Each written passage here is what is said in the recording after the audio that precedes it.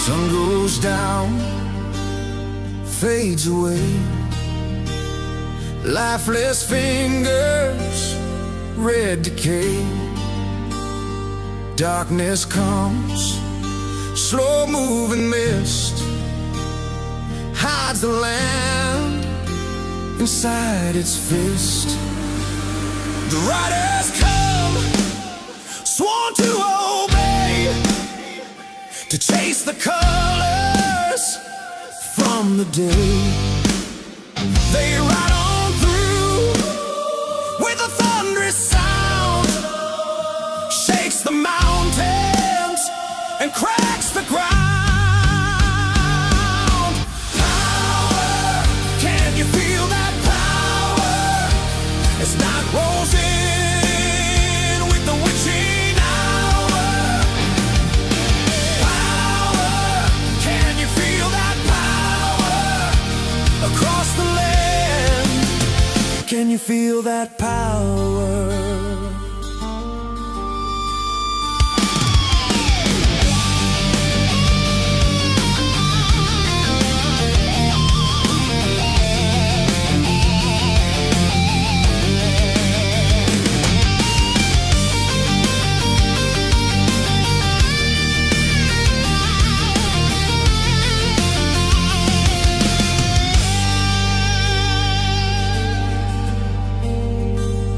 Cold steel hearts, eyes like flame, etched in dust, forgotten names, echoed vows through shattered time, bound by blood and ancient signs.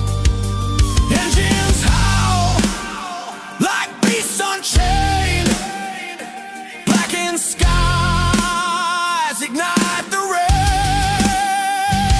Every step, the shadows cower when the ground bows to rising power. Power, can you feel that power? As night rolls in with the witching hour. Oh, power, can you feel that power? Across the land, can you feel that power?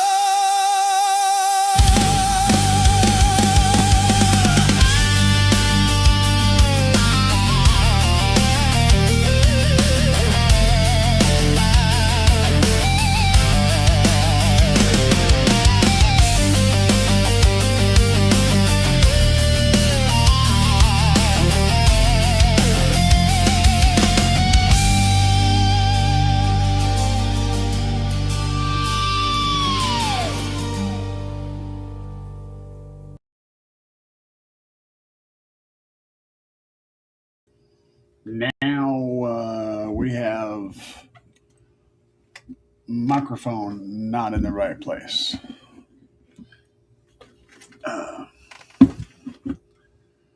We're going to get our head out of our ass here in a second, because that's what we eventually do.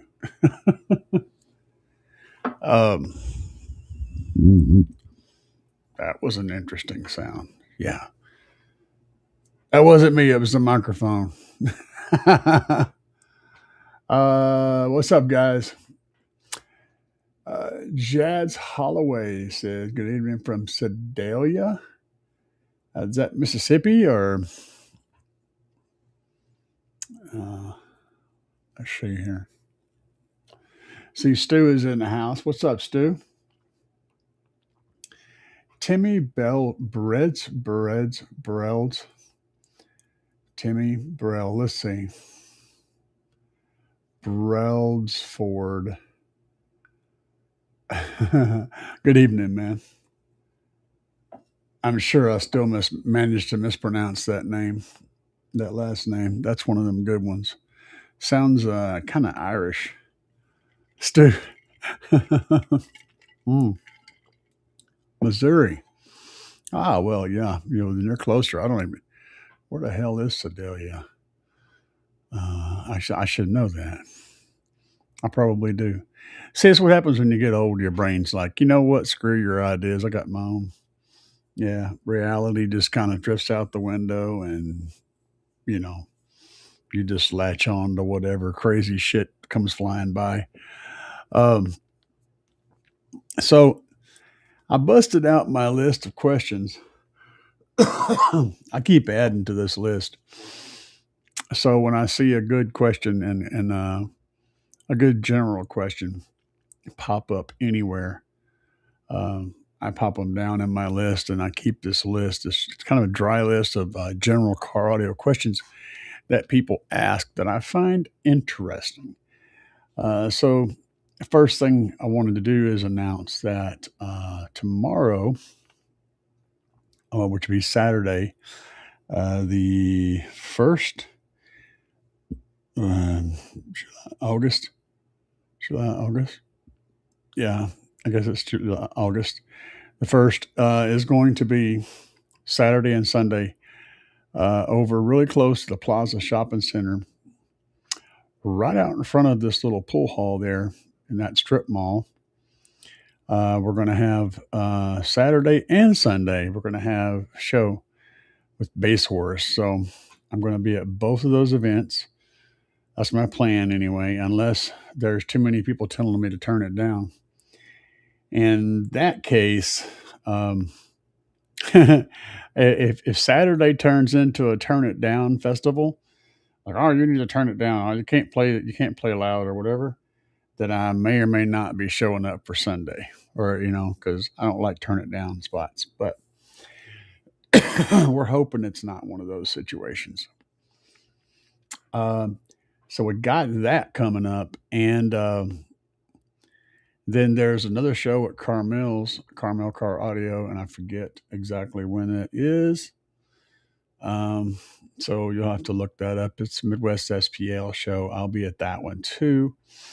And then, of course, there's a couple of others, I think. And then, of course, I will be at the finals, which will be in Lebanon, Missouri. Used to be a big Harley Davidson dealership there, but yeah, Huffy. But there's not no more. I remember there's a jingle on the song, or a jingle on a commercial that went, "Take a run to Lebanon, Ozark Harley Davidson," and that song stuck in my head. And so whenever I'm trying to think of that town, I always think of that damn jingle. Anyway. Yeah, no kidding. So let's see here. What's going on here? Timmy, and yeah, Stu's like, sure. It was, man. Look, I'll do it. See if I can do it again.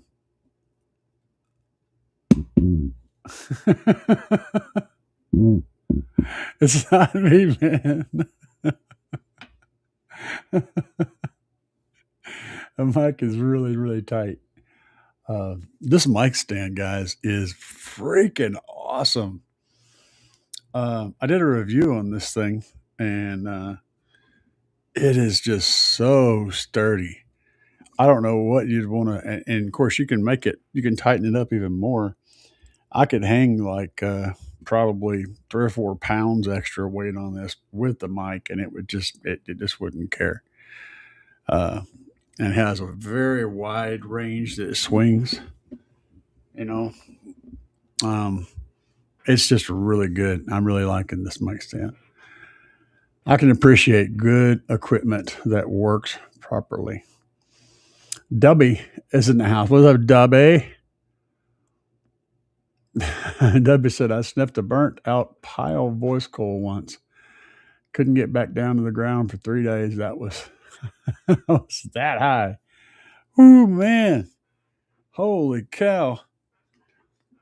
Pile is kind of an interesting brand. I've had, I remember the subwoofers from Pile and stuff were just absolutely horrible in the subwoofer world as far as car audio stuff goes. But if you put one of those bad boys on fairly low power and put it in a fairly large cabinet, they sounded really good.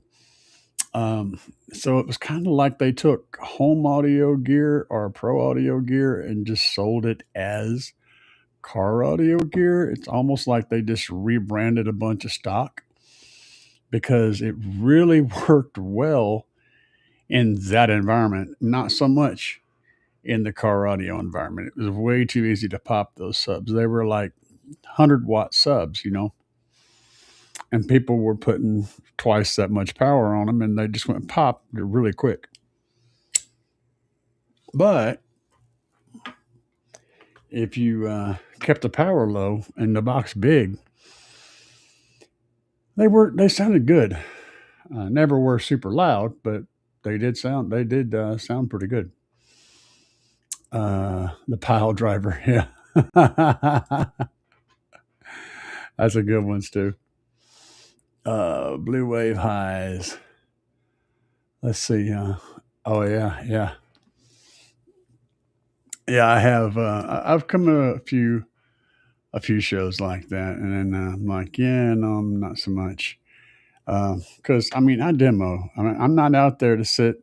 I mean, a lot of guys they go to the show, and it's like if you've never been to an SPL drag or an SPL show, basically you got a meter set up with two mics or two sensors, and they pull up in twos, and you're almost never actually racing or competing with the guy next to you. Sometimes you are, but they compete in two at a time. So it's kind of a heads up sort of thing. And you go up there and you either do music for like 30 seconds or a minute in some cases on the crazy stuff, or you do just a peak frequency burp, where you burp and you're done. And then once you get your score laid down, you move forward and the next person pulls up and you do the same thing. So what inadvertently happens is you end up spending, if all you do is that, you end up spending, 6 hours basically sitting around waiting for 1 or 2 minutes of actual competition. And they don't want to do these guys. A lot of them, most of them, for one, they don't drive their vehicle there. They trailer it in, and it doesn't actually go anywhere. It runs and moves good enough to get up to the line. They're not licensed. They're not plated. They're not, insured. They're probably not insurable in a lot of cases or licensable.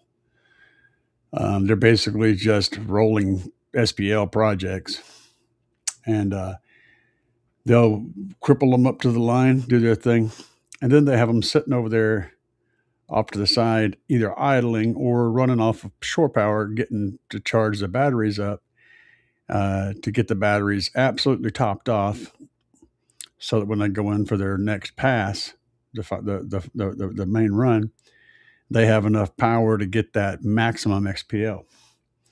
Now me, and these guys won't be doing any demos, at least not until after the final run, because they don't want their subs to be warm at all, and they want their batteries to be maxed out. Me, on the other hand, I'm exactly the opposite. So from the time I get there, I usually go in and do my qualifying run. I try to do that really quick.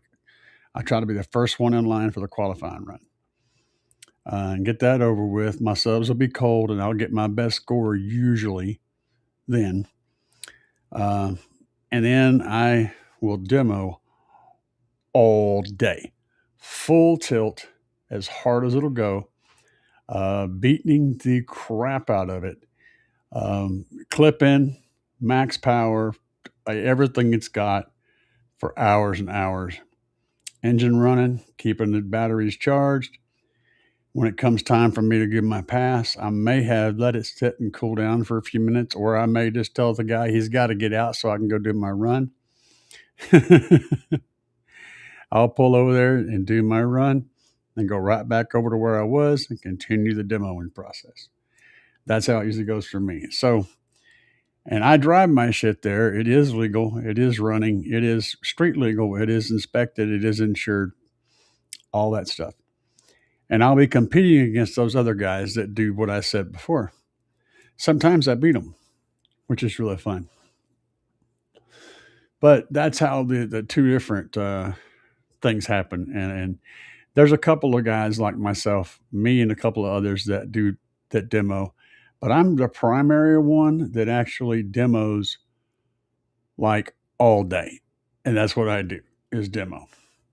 So yeah, whenever they say turn it down, why am I here? I compete in a bracket just because I'm trying to help give a little bit of money to the guys that are running the show. Just trying to pay my little dues, pitch in my little $30, and so I'll sign up for a bracket to make the numbers better. That's it. I really don't care about that. I know how loud my shit'll get, and I don't care if I get, it's just not something I'm interested in. But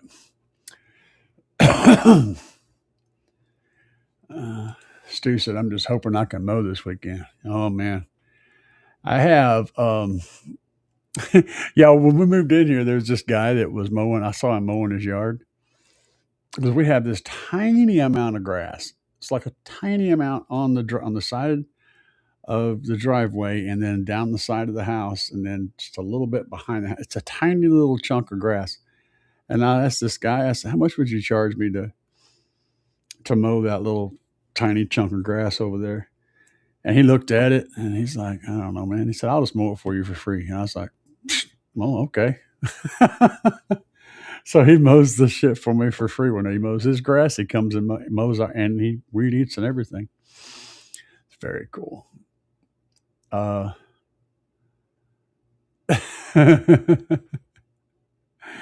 Dovey. Oh man, y'all are messed up. That's a look that's always there, man. Let's see here. Look at it. Just look at it. All right. For a sub box, is it better to have one big sub or two smaller?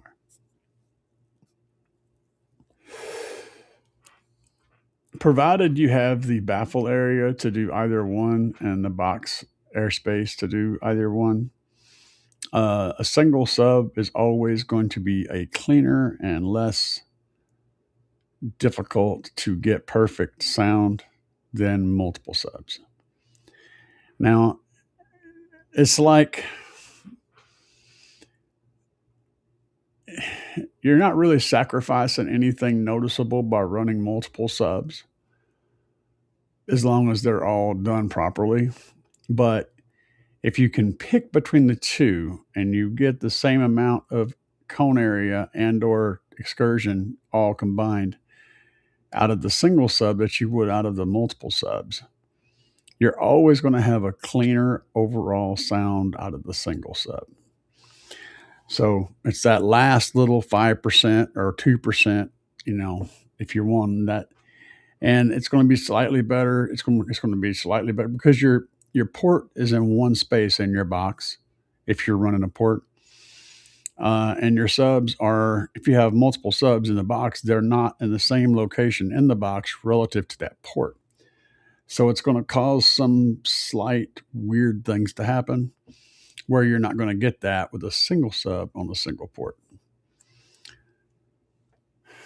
Is it going to make a difference that you'll notice? No. But what's more important in most cases is that you're utilizing the baffle area you have to the best of your ability. And if you've got a low, wide baffle, it may be better for you to run multiple smaller subs. Whereas if you've got a short, a narrow, tall baffle, it's like a really square baffle, a single sub may be a better option. So that's more important than whether or not you have multiples, what I was talking about, if you understand what I'm getting at. So the baffle shape and area and available area for the baffle um, is more relevant than the multiple subgroup fogginess of a group of subs is. So yes, the answer is yes. uh, is it better to have a magnet, have the magnet neo or ferrite? Doesn't matter. The neo magnet will be lighter and usually smaller, which makes it easier to work with. But it also doesn't heat soak like ferrite, so those subs tend to heat up very very quickly.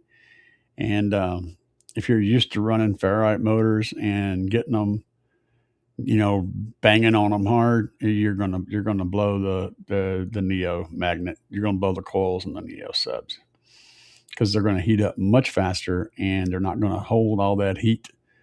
They're not going to soak in all that heat and let it radiate out. They cool completely differently from a ferrite motor.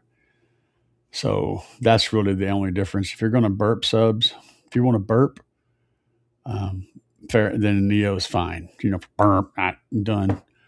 If you actually want to get out there and do what I do, I would run ferrite all day. It's heavier, but it handles heat better. So it also doesn't. When it gets hot, it doesn't tend to lose its power. So Neo can do that. Neo can actually become weaker because it's getting hot, and it gets hot fairly easy. It's not really the best technology out there. It's just people want to charge money. They want to make money. So that's how they can make more money is by selling you more expensive motors. Absolutely, Stu. That is 100% correct. 100%. So what does hours mean in lithium? How does it correspond?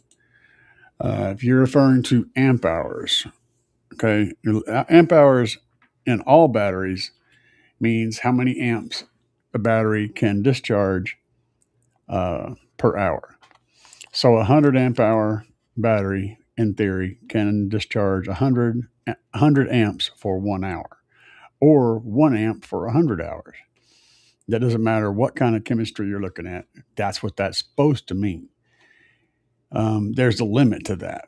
Now, with all batteries, there's also the C rating, and in most cases, your AGM or lead acid style batteries are going to be like a 0.5 C, which means that they can technically discharge 100 amps for 1 hour, but they can really only charge 50 amps or half of that 0.5 C, about half of that for the major part of that hour, so or that time. So it's kind of a crippling factor. Whereas lithium would be stuff like 10C and 20C, meaning that they can actually they can do this 100 amps for 1 hour, but they could also do 10 times as much amperage for a tenth of the amount of time. For 1,000 amps for 6 minutes, as an example. So the amp hour rating is basically that. And as a general rule, and I mean this is very general, it's not 100% at all. You can figure for amplifiers, if you're wanting to figure out how much battery you need for an amplifier, 25 amp hours is usually good for about 2,500 watts of power that you're trying to produce maximum. And then it stacks on top of that. So 5,000 watt amp would need about 50 amp hours of battery, roughly, generally. That's a good number to go to, especially in LTO. But yeah, that's what that basically means. Am I going to any Midwest SPL shows soon? The next one will be the next Carmel show, I think. I have to look that one up. Carmel Car Audio, CARMIL Car Audio. You can look it up on Facebook, and I think they're on there. I haven't looked it up. I'm gonna need to take a break for a minute. I got biology is a son of a bitch. So give me just a minute, and I'll be right back. Yeah.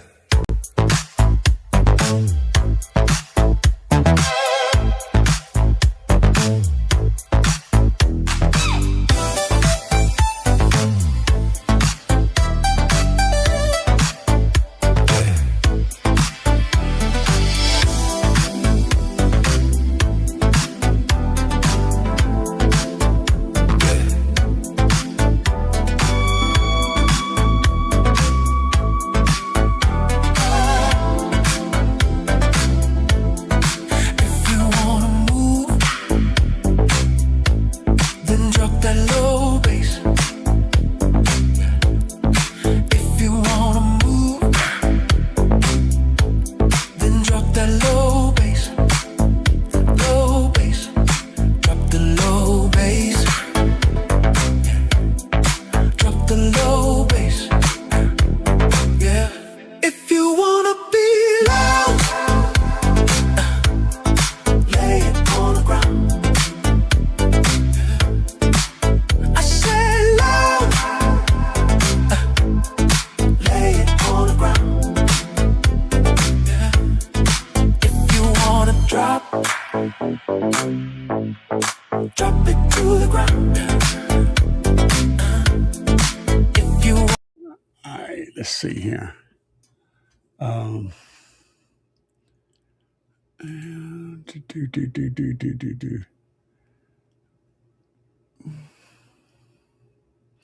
I think we covered that. It all depends on your power. And man, that amp hour thing is a pretty good general reference. 25 amp hours for 2,500 watts. When it comes to lithium, that's going to give you a good number to base your idea off of. And I've found that tends to work pretty damn good.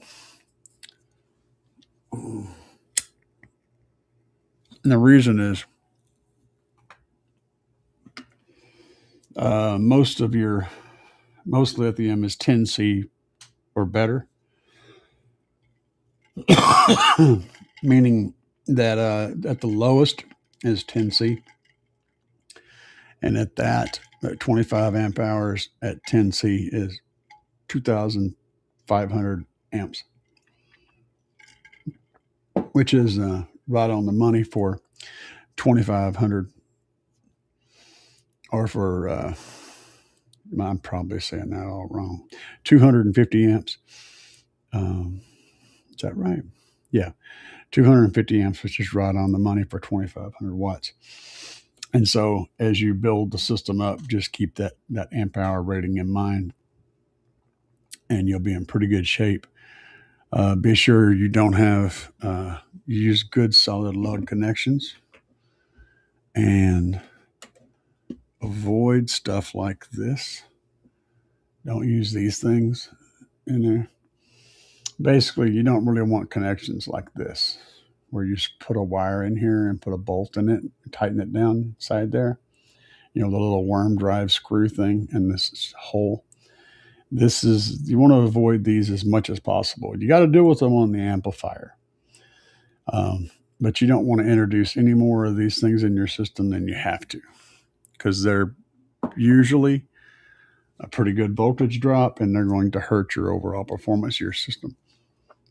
And they're going to introduce spots where you'll get corrosion and stuff too. And copper can corrode as well. I pulled apart some wires recently that were about 10 years old, that were solid copper wires. And there was a lot of grain corrosion inside that wiring casing, inside the casing on the copper. That's why tinned copper is better. So keep in mind that just because you're running OFC copper doesn't necessarily mean you don't have to worry about corrosion. You still want to use heat shrink on the ends and keep those wires dry inside, because they will corrode. They're not going to corrode fast, and they're not going to corrode to the point to where they're no longer there like aluminum does. Once they get a layer of corrosion built up on them, they pretty much are stable at that point. Like the Statue of Liberty, for example, turns green and then it stops. It just sort of stays that way. Same concept.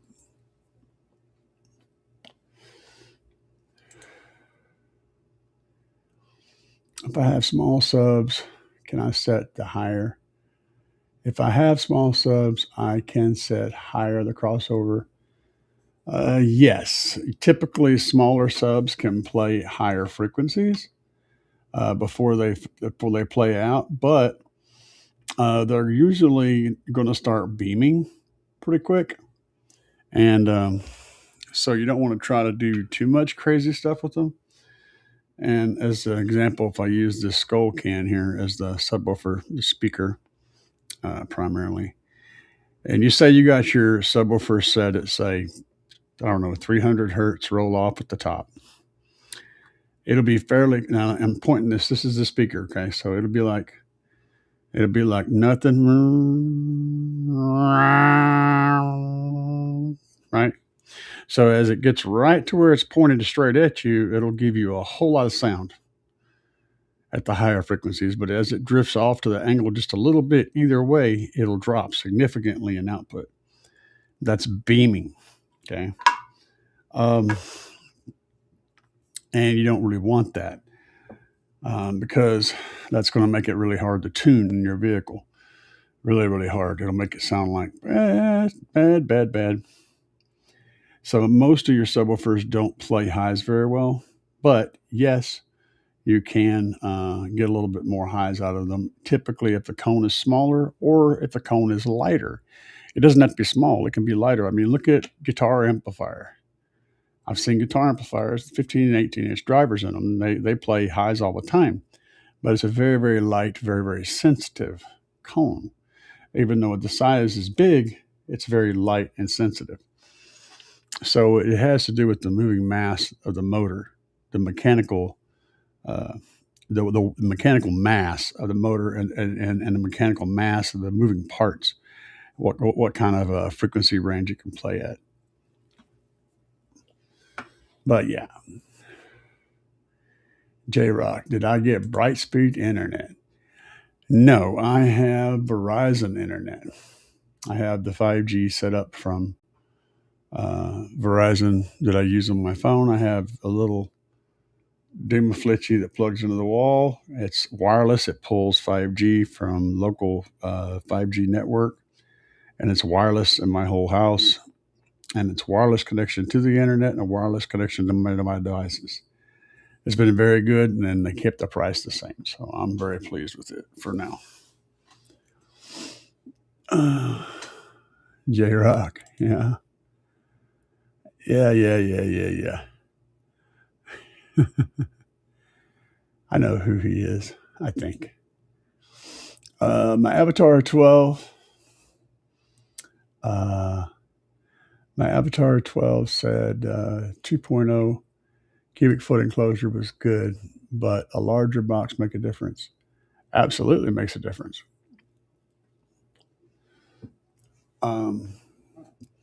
Just remember, if you put a subwoofer in a larger enclosure than it was designed for, your power handling is going to be reduced significantly. It's going to change everything about how the driver behaves. It's going to play lows better. It's going to play a lot lower, a lot stronger, but it's also going to mechanically handle less power. So you want to probably use a high pass filter on it, or a subsonic filter to keep from playing too low and overextending the sub. At least, and you may want to reduce power significantly. But yeah, it still works. You just got to turn the power down, because it's going to be way more efficient. I mean, it's just going to be a more efficient system at that point, which means less power. and you got to be a little more careful. But sure, you can play it in a larger enclosure. Um,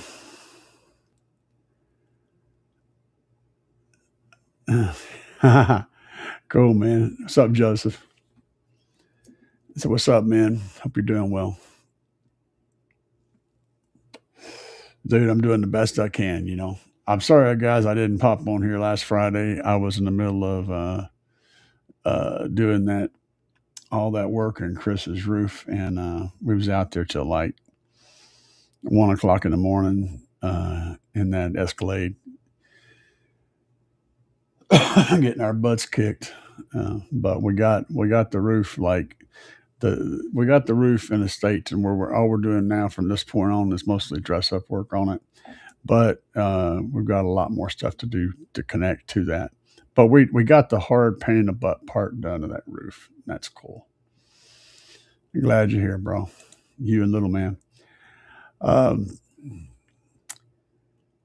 Hawk said, if I am looking to get an amp for underrated 2500 watts,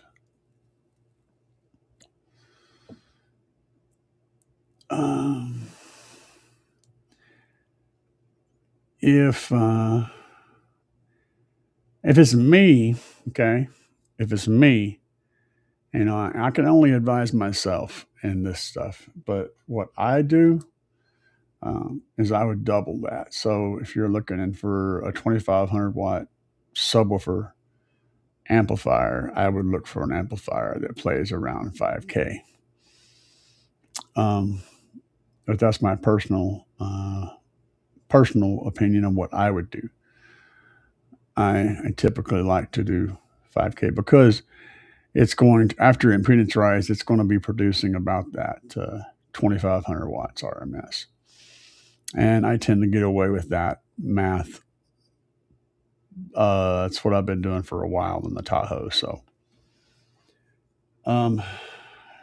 just bear in mind that you're going to be pushing your equipment. You need to pay attention to what you're doing, and it's kind of a do it at your own risk sort of thing because you're doubling the RMS power. But I've been getting away with it as long as you make your box on the smaller side. So you want to, if it says it's the box is good at say 2.5 to 3 cubic feet, then you'd build your box to that 2.5 mark. That way, you're giving it some good solid control. Maybe even a little tad under that. So, and yeah, you can get away with it. That's what I would do. That's just what I've been doing. But yeah. What's your thoughts on FI audio? I don't really have any. Sundown or FI budget subs like slaps aren't really my thing. I've seen what Sundown can do. Yeah, I have too. I've seen lots of what Sundown can do. I've beaten a lot of Sundown builds that were very similar with my slaps gear. If I was picking between FI, I honestly either one. You're just kind of overpaying for the same stuff.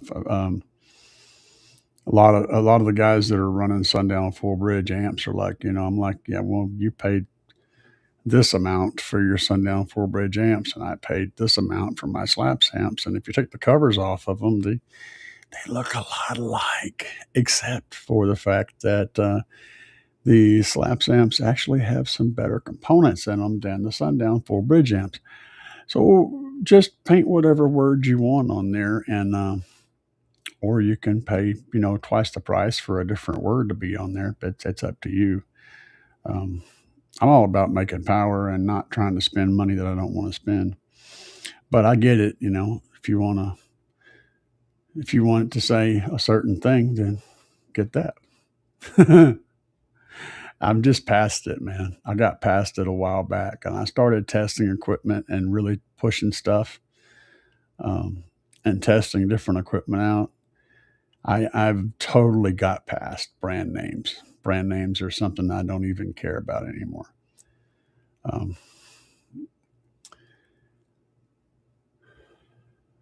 Let's see what he says. Base word, a 118-inch slap smackdown V2 versus 4 DTX-E hybrids on a single 8K. E hybrids. I don't know what those are. I don't know what size cone that is. I would need to know more information on those. If you're trying to get me which one would I pick, but I would almost right off the bat go with the Slaps 18, depending on if you're talking about 415s or something, then no, or 412s, maybe not even against 410s, but something smaller than that, yeah, it would eat them up. I really like the 18. The 18-inch Oblivion is an absolute monster. My buddy's got one in his Escalade right now, and he's putting a few thousand watts on it, and that thing absolutely slams. It's a single 18 in there, and it's kind of really surprising just how loud and how low and how much impact that sub actually has all by itself back there. They are, and that's an Oblivion. They're impressive subs. Is it better to put sub position inverted outside the box or inside like normal? Depends on the sub and the application. There's lots of reasons to do both. When you invert the sub, you do expose the coil to cabin temperatures, and so that tends to make it cool a little bit better. You got your AC kicking or whatever going to keep your body cool, and that means the voice coil's stuck out there in the area where you're getting the AC. It's going to get that AC too, help to cool. Probably be less temperature around it than having it heat soaking inside an enclosure. You also gain a little bit of airspace in the box. Usually, depending on the sub, anything anywhere from 0.10 to 0.25 cubic feet, depending on which sub it is, going from little to big. So it can add a little bit of cubic space. It can also let you have clearance. If you've got a box that's fairly thin, the magnet's going to collide, but you got room above the baffle. It can give you that option too. It can let you not have wiring running inside the box, so you don't have to worry about that. It can make sliding a sub in to replace it easier and pulling it because you can just grab the magnet structure and pick the sub up instead of having to dig your fingers under the flange and pick it up out of the hole. There's a lot of good reasons to run inverted. But some of the bad things are certain subs can have some motor noise that you can hear when the motor is on the outside, but you can't hear when it's turned in. So a lot of SQ guys don't want to run them that way because of those motor noises that they're hearing, those coil noises and the airflow through the vents and all that stuff making noises. Just the sound of air getting pushed past, mechanical parts. But a lot of SQ guys run them that way anyhow. It just depends on the sub. But that's kind of the stuff that I would consider. So,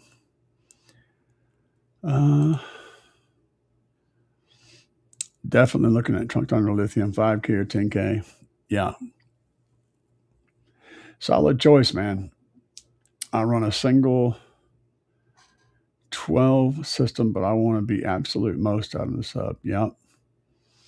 I don't know what kind of power you've got, but man, there ain't getting your battery well above anything that you could possibly need in your system is a huge upgrade.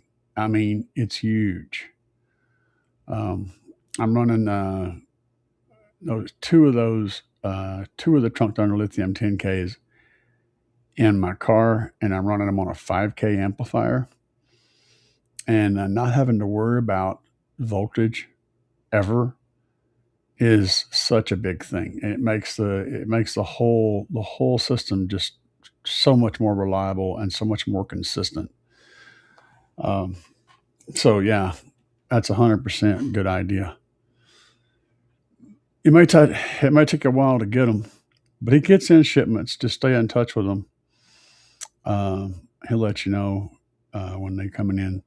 So he gets a shipment in, he builds, he sells, and it's just things take time.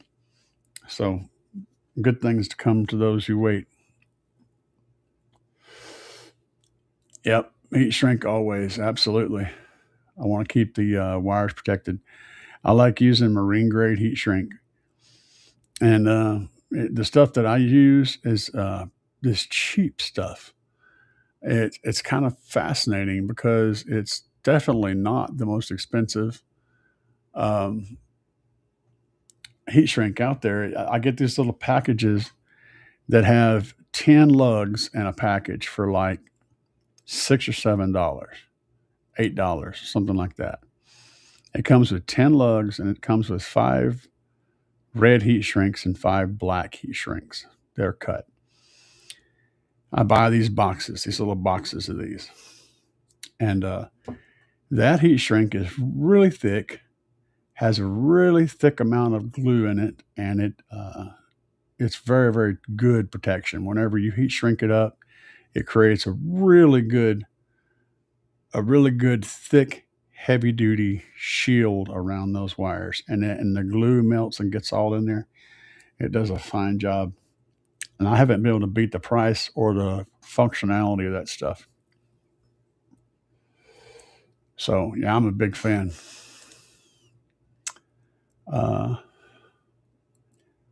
Fi's top or ZV7 GP Audio Undertaker version 2. Yeah, that thing's an absolute monster. For the money, if you want something that's absolutely ginormous, that Undertaker is actually probably the best buy of all of them. If you want an absolute beast of a subwoofer and you're willing to pay whatever it takes to get to that, it's actually better than a lot of stuff that's far more expensive than it is. It's a really well-engineered, well-designed sub. I know a lot of guys that have the option to run whatever they want. That's what they run because it's pretty phenomenal. The topic for tonight, man, it's just questions. That's what it always is with me. I answer questions to the best of my ability and hang out with you guys. That's pretty much it. I try to get to everybody's question.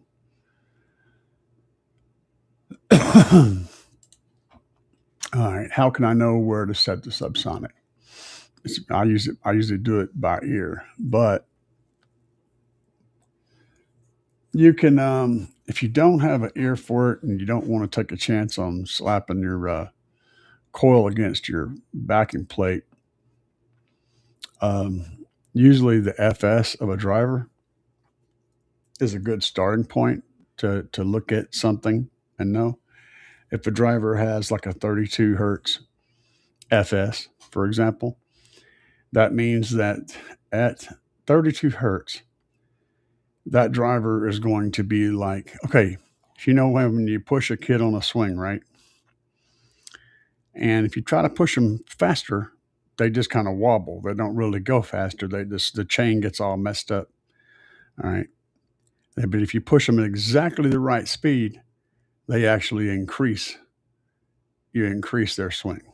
You have just the right amount of push and they increase. Too little, you don't do anything. Too much, you make the chain get all wobbly. Okay, well, what you're looking at is their FS. When you push them just right and they actually speed up a little bit and get a little bit bigger on the swing, that is that child's FS, their resonant frequency on the swing. Same thing happens to the sub. When you're playing at the sub's frequency that it wants to go, it's going to go a lot more.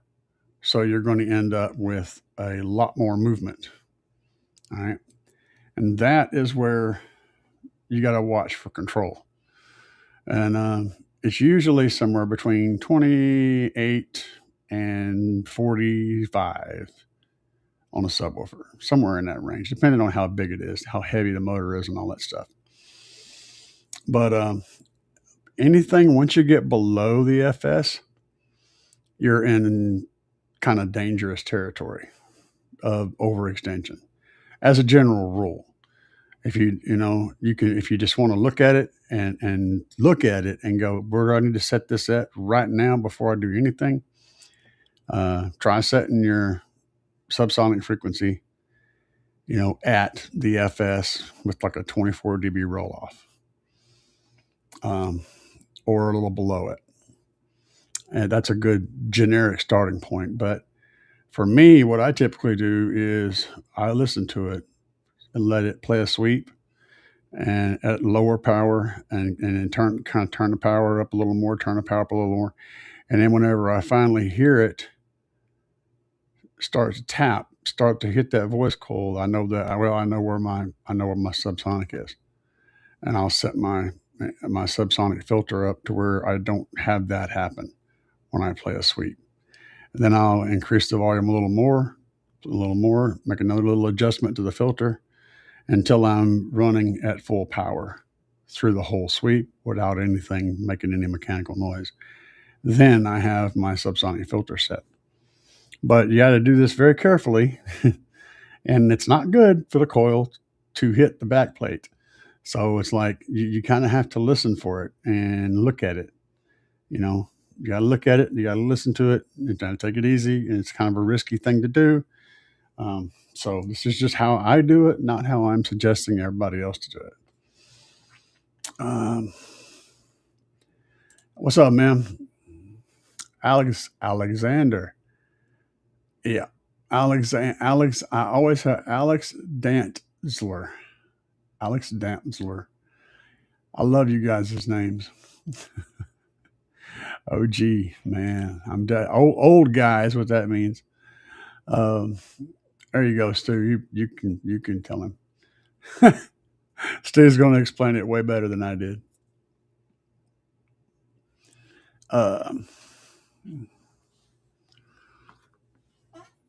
Yeah, compliance.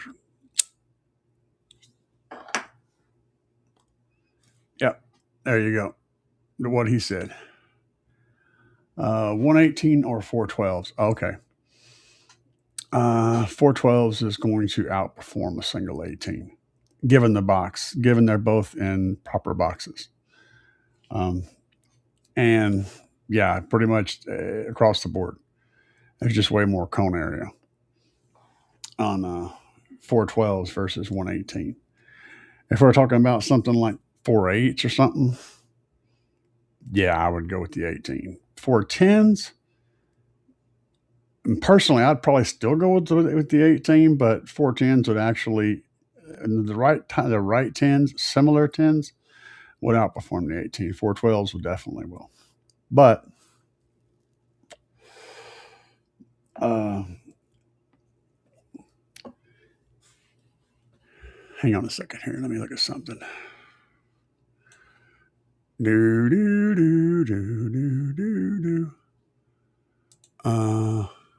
Make sure I don't speak before I know, because I can always screw up.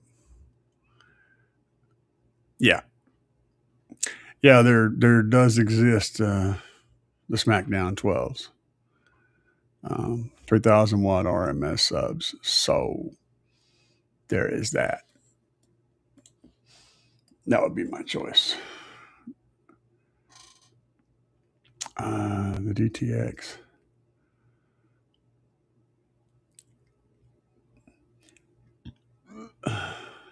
Probably good subs, though.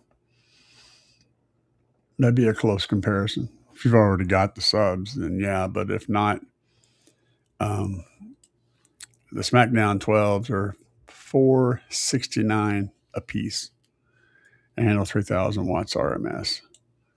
And they're going to be very comparable. I'm not sure what the price is on what you're looking at, but that's, there you go. Just swap to the Slaps Oblivion 8s under the seat. my 22 GMC underpower with only 2K amp and still breaking it in, did a 129 at 60% volume. Hell yeah, man. Um, yeah, man, dude, I'm blown away by slap subs, man.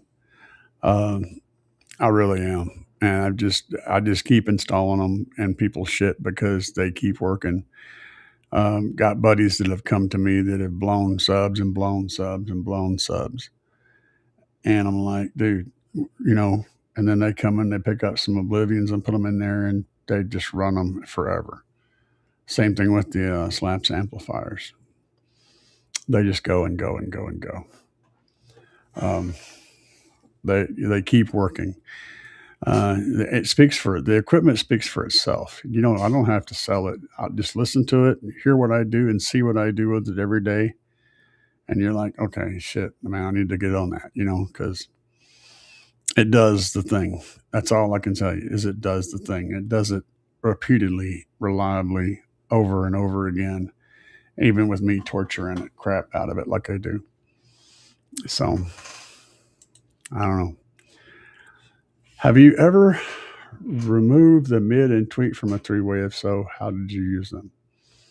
As a mid bass driver. So if you remove the mid and tweet, you're left with the mid bass. Oh, from a three-way 6x9. Sure, you could use them as a little woofer.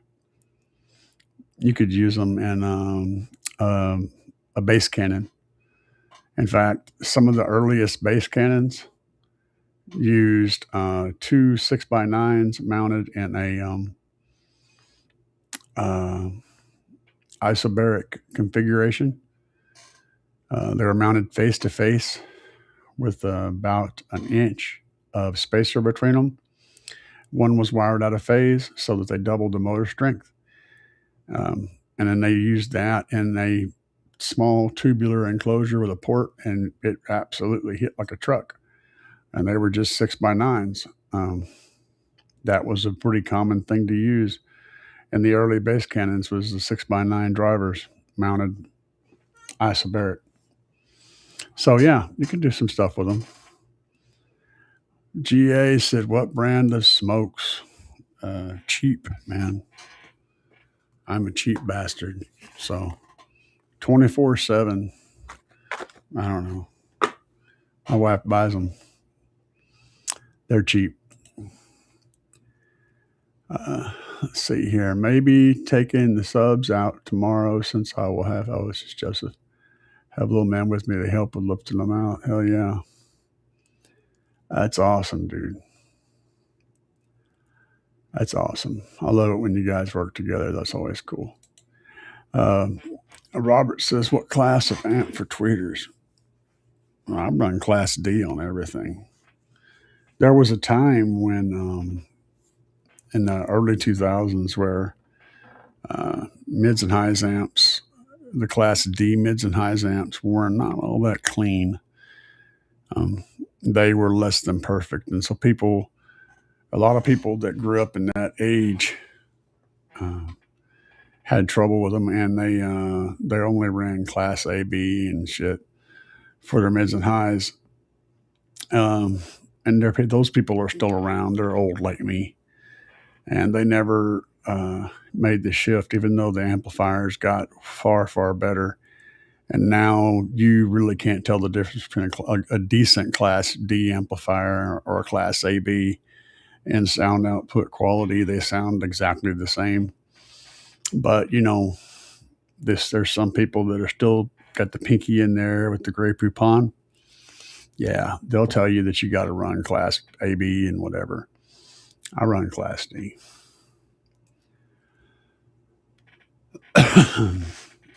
All right.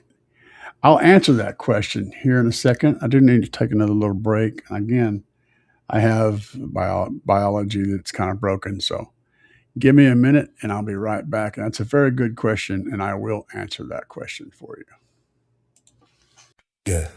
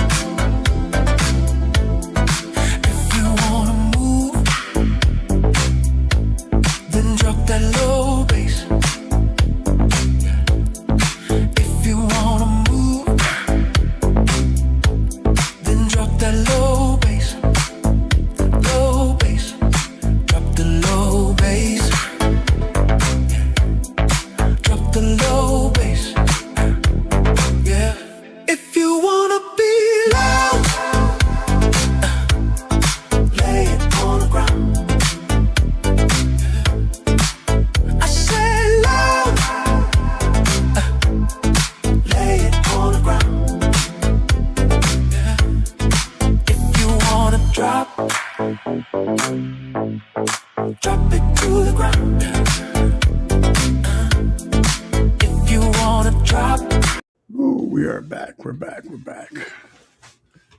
So I wanted to cover this. This is a very interesting question. Who sells just crossovers? There's a lot of companies on Amazon that sell crossovers, and I don't recommend any of it. Not one single one of them. Crossover networks, unless they are fully adjustable, are basically not going to work right with any other driver besides the one they were designed to work with. They're going to sound like hot shit for pretty much anything else. And there's a bunch of reasons for that. But first of all, the ohm load. If the crossover network is designed to work with a 4 ohm driver and you put a 6 ohm speaker on it, it's going to completely change the frequency range that it does on there, completely change it, so forth and so on. All those things those variables are going to happen. The driver's actual crossover points can be very specific. Like a driver may work well crossed over at 3,000 hertz with a 24 dB roll off. And if you cross it over at 3,000 hertz with a 12 dB roll off, you may get a bunch of garbage in it. This keeps going forever. So can you buy a set of crossovers off Amazon? Yes.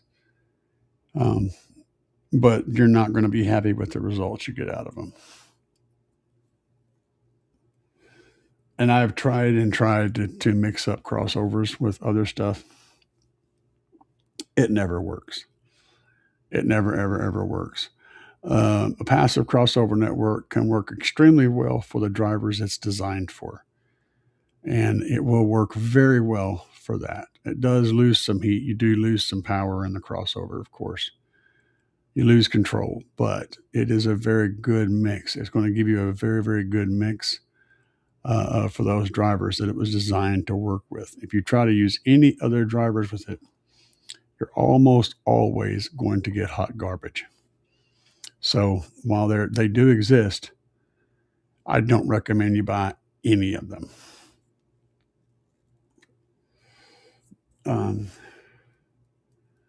Get a DSP, run them separately. You're going to be doing far better than using crossovers. That's my suggestion.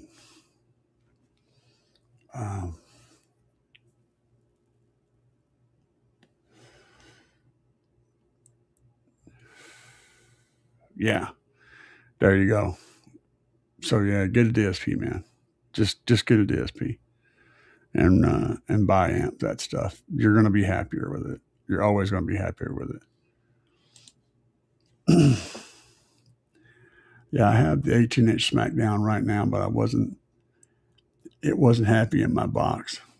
Ooh, nasty port tune.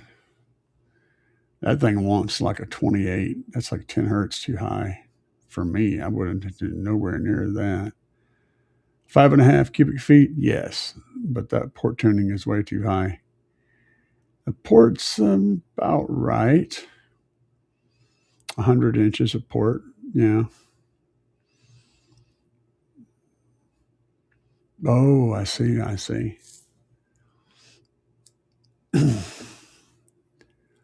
So you took out a coil. 46 hertz. That's awful high. That'll get hot. That's the thing about playing hard on a sub is when you play high notes, there's not moving very much. Or if you're playing at port tuning, it's not moving very much. And if it's not moving very much, it's not moving very much air over the coil, and you're going to heat that sucker up really quick. So if you notice, I'm almost always playing off a port tune whenever I'm doing demos. And all the time, actually. I'm playing off port tune whenever I'm doing runs. I don't even play at port tune when I'm doing runs. I play at port, and if you do have a port tune, I like it to be pretty low, so I'm still getting some air movement over my coil. Those things can actually, one little thing can actually really cause a lot of problems. In this case, he had everything pretty well right, but that high port tune and did give him some good, decent numbers. 150 at 46 hertz is a nice number, but it also generated a ton of heat on that coil. And also, Allen doesn't recommend an 8K, single 8K on the 18-inch SmackDown sub. He recommends a 5K on that sub. So you're going past the power recommendation for it. So he was pushing it a little hard with a bit too high of a tuning. So that's kind of probably why you ended up there. That's my personal opinion. But it is what it is. This is the world we live in, and this is the games we play. So you knew that going into it. Joseph said, "4 SmackDown 15 flat wall or a 6.5." A 6.5 order? A 6.5 order. What the hell is a 6.5 order? You don't have room for pretty much anything but a flat wall in that Kia, man. With 415s, that's going to be a very tight fit. A flat wall is about the only option you have. I'm not sure what a 6.5 order is. I'm sure you'll tell me in the comments down below. I was given 2 down for sound LTO 6.0s. I have a 270 alt, 55 AGM under the hood. Roughly how much wattage could I reliably run? I'm not sure about the down for sound LTO 6.0s. I'm guessing that they're probably 22 amp hours a piece. So maybe 5,000 watts would be the outside limit if they're like 22 amp hours. I need to know the amp hour rating on those batteries. I could try to look them up, but I'm sure you could tell me. The AGM under the hood really doesn't add anything to it. Neither does the alternator, although the alt is a good upgrade. It doesn't really add anything to what you can reliably run.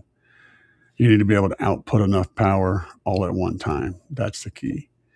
But just rough guesstimation, I would say probably a 5K would be pretty consistent without dropping voltage. So my Acura with the Tech Pack. They're 6 amp. They're 6 apiece. Yeah, that's not enough. So that's I see Bobby B's in the house. What's up, Bobby? 6 amp hours a piece. That's 1,200 watts. So, fudging a little bit, I'd say reliably 2,000 watts would be what I would throw at you. If you look at their spec sheets, they'll probably tell you something bigger than that. But if you don't want to drop voltage, which you don't want to do, 2K is about what I would say the limit is on that current system, the way they're set up.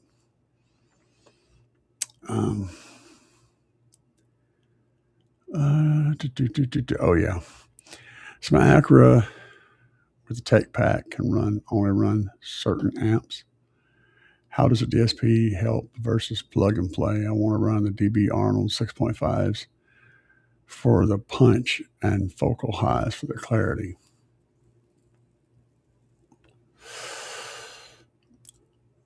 The Tech Pack can only run certain amps. I don't know about that. A DSP gives you the option to set a frequency for each individual channel coming out of it going into an amplifier.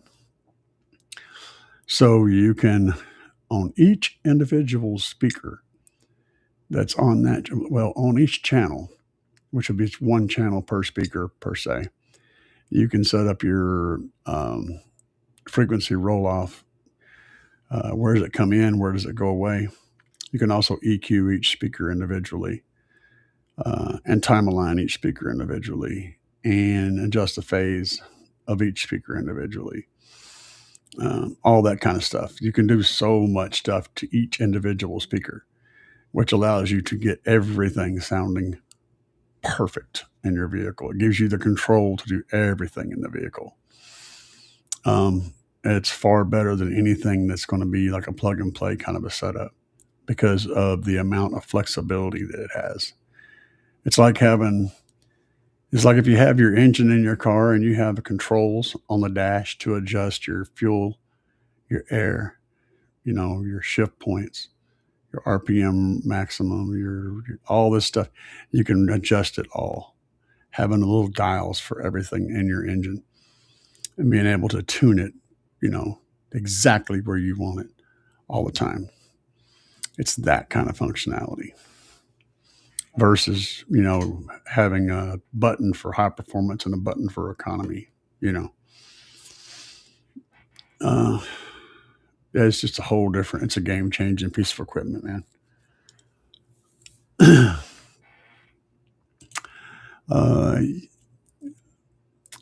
Derek Morton says, yeah, I play under tuning in fine. My coils don't heat up as fast. Yeah, exactly. So I have some tricks whenever I'm demoing for hours and hours. I'll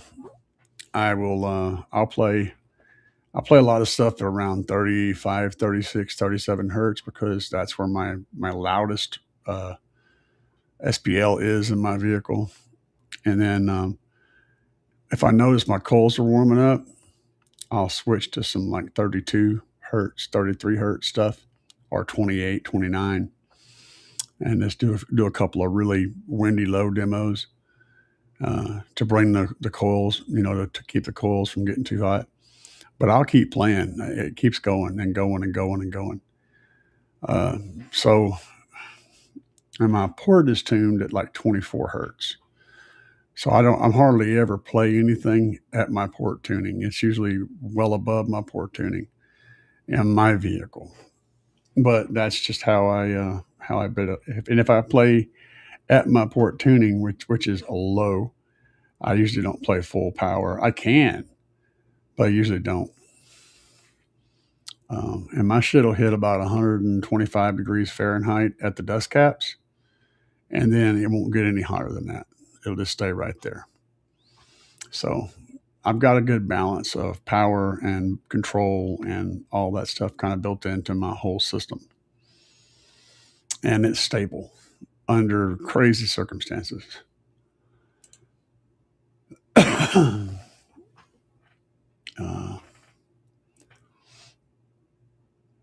So I'm looking at a plug and play Audison 6-channel that makes good power, but it's close to $1,000. Yeah, I'm not running the speaker, so why would I do that? Why would that be better than a DSP? No, it would not be better. You're just buying a name. If you want something in there that says Audison, that's great. If somebody's going to give you one, that's great too. But as far as functionality goes, hell no, man. You buy equipment like that because you want the name brand. If you want performance, it's not going to get you anywhere special. If you're trying to do SQ setup, which sounds like you probably are, running 2 of the little Slaps Mini 4s for $200 total, and then adding a B2 DSP, a 6.8 or the was it the 1012, the new one. That's going to give you so much more control and so much more ability to get the sound you're looking for. It may sound ludicrous, but you're looking at like $360 or something like that for both amps and the DSP, and you're going to get infinitely more ability to tune and get what you're looking for out of it. Infinitely more. There's not even a comparison between the two.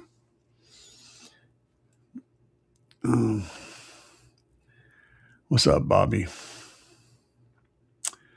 Let's see here. Okay, so like a sixth order. This is done with the 6.5. Like a sixth order, but the two subs inside the chamber and two subs on the outside, still sharing the same bottom chamber. Oh, okay. Yeah, that sounds like a funky loading situation. I get it though. I understand what you're doing there. That sounds crazy. Sounds like it's going to load weird. It's up to you, man. I would probably dodge that because it sounds like it's going to load those subs weird, and you're going to have the two that are on the inside loading with both chambers, and then the two that are on the outside only loading from one chamber, and that's going to create some significantly different behaviors out of those two sets of subs. Probably not going to be a solid thing, but that's, again, that's on you. I wouldn't do it. And Hawk 9110. Our winters have regularly seen -10 Fahrenheit. LTO seems like the best option for cold weather. Is there anything I'd recommend to run a 5K Titan 8? There's no one I was looking at 23 amp hours. Well, trunked under lithium, the 5Ks, and if he's still making the 10Ks, the cells he's using are rated at 30 degrees below 0 Fahrenheit. So, I mean, I don't see where that's a problem. But if you're going to run LTO, and I'm running both. I'm running trunked under lithium LiPo 4 in my car, and I'm running the LTO cells in my Tahoe. Mainly because I just got some from somebody in a quick trade, and then I just kind of, how you get things, and then you just continue building on that. And I got a bunch of them, so and both of them are great. I built that bank, and it's rated at 40 degrees below 0. So, and both of them are rated well below 0, way below 0 Fahrenheit. So I don't foresee any problems. The Titan 8 is a good battery. It's just overpriced. It's basically, it's very similar to the trunked under lithium 5K, if I'm not mistaken, if I remember correctly. But I don't think the bars are as healthy, the bus bars that actually carry the current. I don't think they're as healthy as the trunked under lithium battery. Also, I don't think the balancer that they use is the same level of quality as the trunked under lithium battery. However, the availability may be significantly more of a thing. I think the prices are similar, but I can't remember. So, choose your poison when it comes to that, man. All right, I see what you said there, Joseph. Joseph said I'll send you pics. What's a good DSP?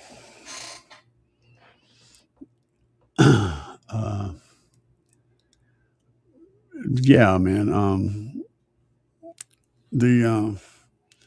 Hang on a second. Let me pull this out of the way real quick.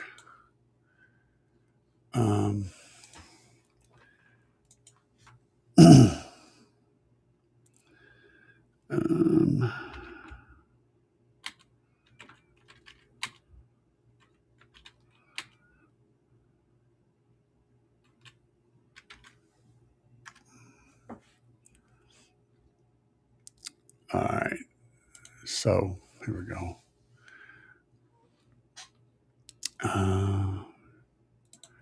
Let's see if I can switch to this other scene. Um, why are you being a pain in my butt?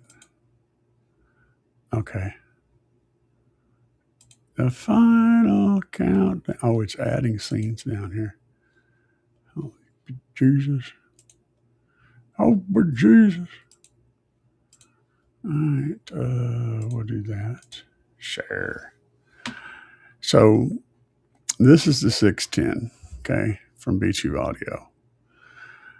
This is what I'm running in my car.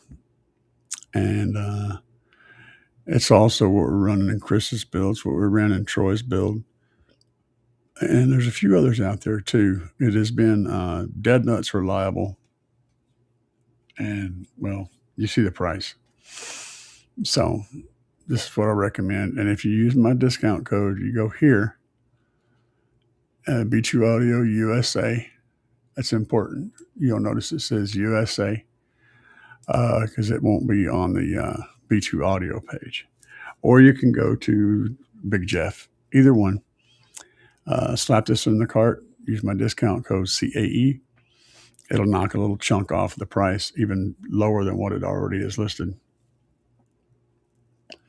Now they got the 610, and then there's the other one. I forget which one it's like a 12 channel. It's like a 812 or something like that. Whatever it is. It's basically the same thing. It's just got more channels. So depending on how many channels you want, that's a thing. Let me pull this back up for a second here. Let's see what Joseph sent me here. Doodly doodly doodly doo. Okay, so that's that's exactly what I had in my brain. So let's go over to Joseph's picture here. This apparently is a 6.5.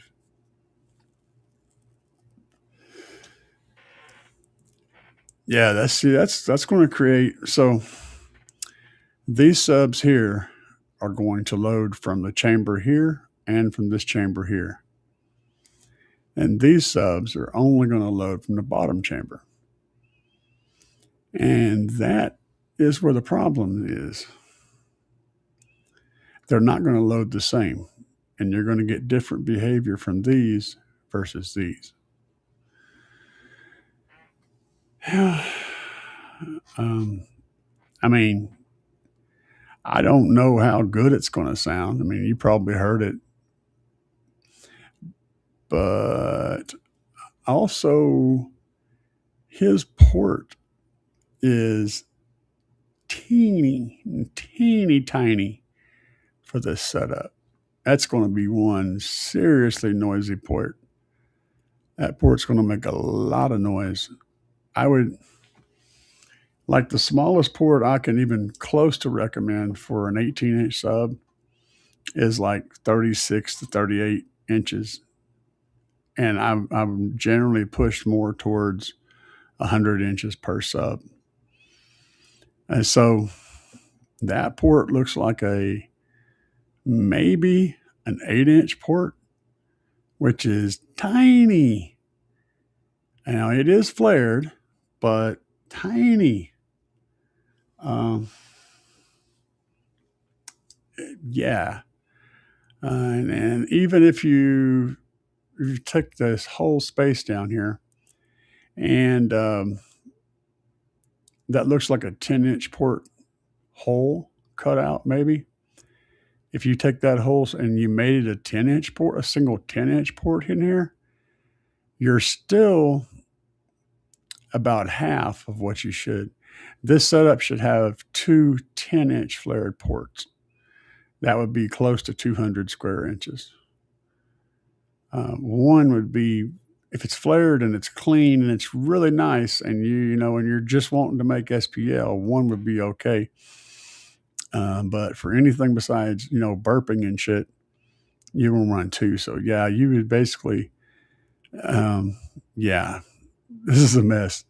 I mean, it's cool and I'd love to hear how it sounds, but I wouldn't anticipate it sounding right without hearing it. Now I could be wrong. I hope I am, but Anyway, I'm sure you will. Oh, it's 415s, he said. Uh, oh, okay. Okay. So there's a bigger port. Gotcha. Interesting build, though. I mean, I do find it interesting. And I like experimentation as much as anybody else. Um, so, would a DSP allow me to run an amp to the front doors, another amp to the rear doors, and the deck plus? Yes, a DSP will allow you to run as many amplifiers as you want, and you can control up to however many output channels there are. You can even have multiple input channels. So, like if your stereo already has, say, a front right and left, and then a rear right and left, and a sub, you could output all 5 of those channels to that DSP that I showed you. And you could pick up a signal from any one of those 5 channels and send it to any one of the 10 channels outputting. So you could make all 10 channels output off of, say, the subwoofer channel. Or you can make the front left speaker output from the sub channel and the front right speaker output. You can mix it up however you want to. You could do 2 tweeters, 2 mids, and then 2 woofers, and then 2 mid bass drivers below that, and then 2 subwoofers, whatever you want to do. You can mix it up however you want to. So you can take any channel that's coming in and then output it to any other channel. And then you can take that signal and manipulate it in any way you want to. So it's the ultimate problem solver. So yes, the answer is going to be yes. Any question you have in that regard, the answer is going to be yes.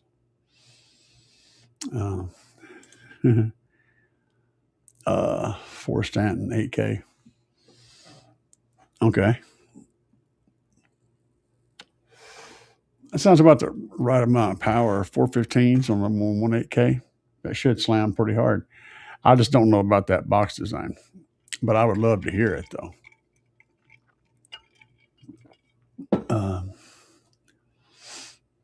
I would love to hear it, Joseph. Can making a single 12 system that's built to specs give me above what subpar 212 or 15? Yes. A good system, a good single 12-inch sub in the right enclosure with the right power can absolutely outperform a tossed together, underpowered, underboxed, and wrong port 212 system real quickly, or even a 15, really. It's all about the box, man. If you got the right box and the right power and the right scenario going in the vehicle, you're going to get way more output from that driver than you will putting many drivers in the wrong box. And it's going to sound better. It's going to play a wider range. It's going to play the lows better. It's just going to be an altogether better experience. So yes, that answers your question, I hope. I mean, it's always going to sound better to have the right box than to have a bigger sub in the wrong box. For sure. It's going to give you a whole lot more of what you're looking for. I'm looking forward to it, man.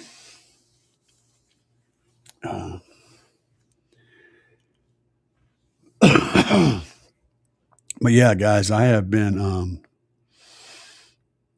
struggling with inspiration, man. I keep walking out to the garage and I just need to go do something, right? And I just stand around, look stupid for a while, and I walk back in the house. I'm having the hardest time.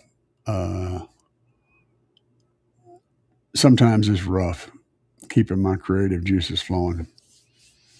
So if you guys have any ideas for me, I would love to see them in the comments. Hawk said, what's the amp hour rating in the Trunk Thunder 5K? Hang on a second. I don't know. Things change from time to time, and so I have to look them up.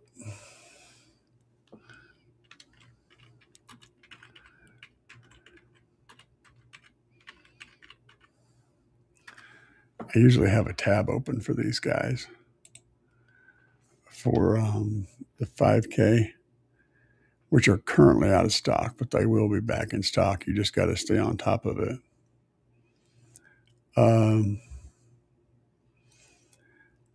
I think I know, but I don't like spitting it out without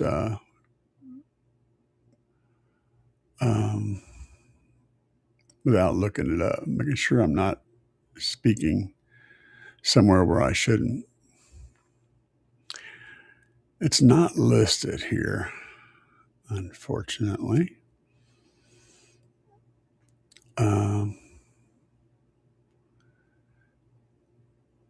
But I want to say that the 5K is, for some reason, I want to say it's actually a 22 amp hour battery. But I can be totally wrong about that. I mean, completely wrong about that. I think it's twice that. I think it's twice that, but I'm not 100% sure. I have to ask. I'm gonna see if I can shoot a message out real quick.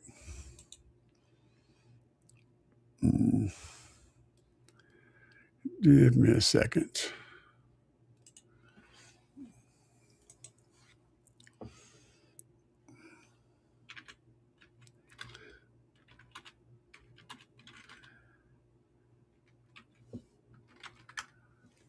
I'll see if I get a message back. It's possible. When will Chris be able to be up and playing? He's playing right now on a single sub. He's a single sub scrub right now. But as far as the big build finished, sometime this year, I don't know when yet. Finances are his thing. Got to wait for the money to come in. He's got to buy 3 more of those 18-inch subs, a bunch more wood, and other stuff. And then we have to do all the building process. So it's just a matter of, I have no freaking idea. As soon as he comes up with the money, we'll get to work on it. Come here, go one out.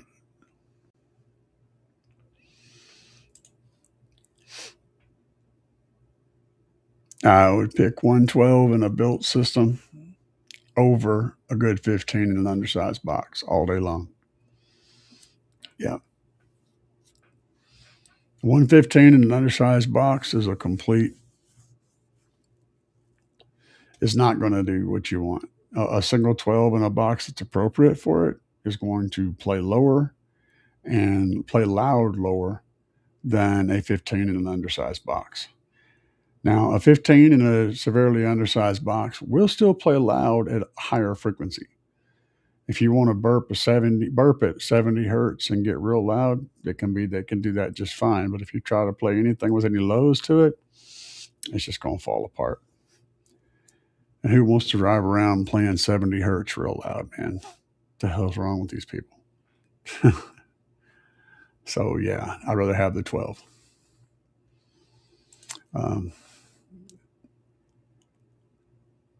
I'm doing the best I can, man. Every day is every day.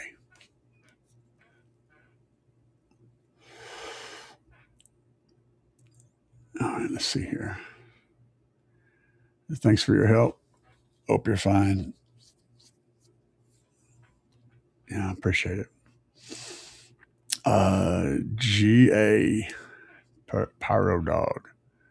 What are we sitting at right now? We have 19 people in here. GA Pyro Dog. Thoughts of JS alternators. I wanted to go make man, but called a deal on JS. JS is fine, man. I'll be looking. I'll be more concerned about the support for your specific alternator. Like, do they make adapters for your vehicle and the accessories that you need for your vehicle? Possibly come with a deal where you get a belt and brackets for a certain price and stuff like that. That's the kind of shit I'd be looking at. The name brand of doesn't really matter. It's more about the package that you get for the price you get, and the equipment, all the other stuff besides just the alternator. You know, that kind of stuff is what I'd be checking into. So yeah, Macman tends to have a pretty wide selection of shit in that regard, whereas JS may have it, may not. I don't know. It just depends on what you're looking for. But if the deal is really good, then you can afford to go buy all this other little shit you're going to need anyway, then go for it, you know. Personally, I run GP alternators, Team GP. I've had really good luck with them. They're not cheap at all, but they take a god awful shit ton of abuse that I've given them. So that's that. Alexander said I was referring to the actual mid tweet part. How many watts the speaker is a. Okay, let me go back and see. Alexander. Let me go back and see where this other part of this question was.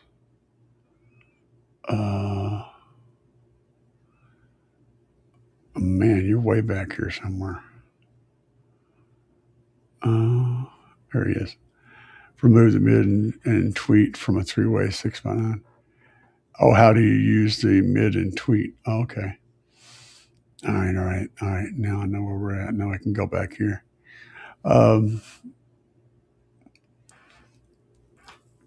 I got you. So yeah, if you take the tweeter and the mid off of the 6x9, so you've blown the 6x9 portion of the woofer part.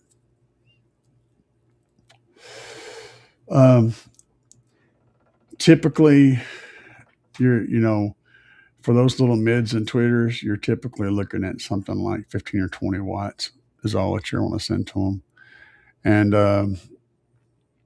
if it's got a capacitor guarding the tweeter and probably has a capacitor guarding the mid, you can send,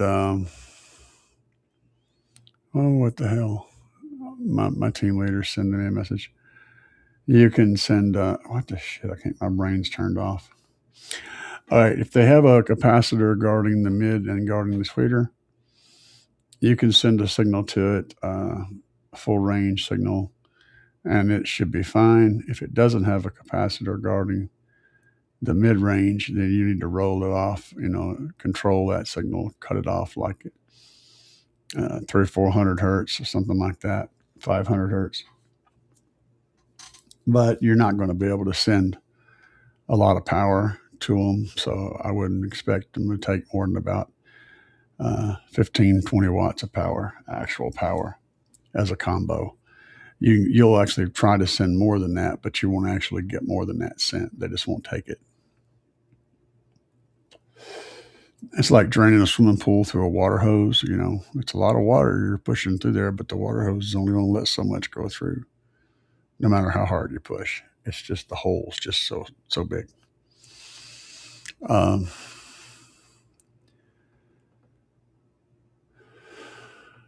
Yeah, you could always glue together brackets and stuff and mount them, use them.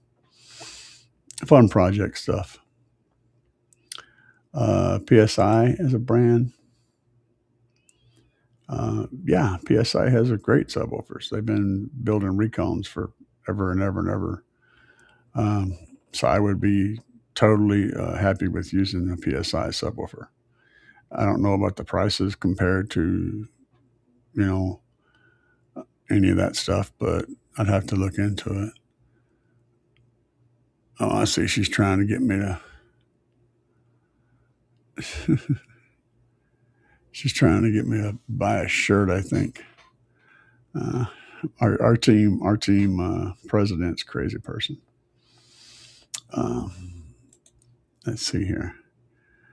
Charge shopping for lithium because everyone raced the batteries by RMS once. Yeah, that's the thing. It's because the public is generally, ignorant in that stuff, so they have to. They feel they have to rate them in such a way that someone can understand it. Um, and it's unfortunate because the people that actually know what they're looking for are not getting the information that they need to make educated decisions. But on the flip side, people that don't know what they're looking for are able to get the information that they need to make a dumbed down educated decision. That said, with Trunk Thunder Lithium, his ratings are very good. The 5K will absolutely handle 5,000 watts on a stock system, no problem. Um, so, and significantly more than that if you actually have a high output alternator to add some charge to it. Decent wiring and whatnot. They are strong batteries. Brandon rates them based on what they actually do when he tests them. And boy, does he test them. So, yeah, it is what it is, bro.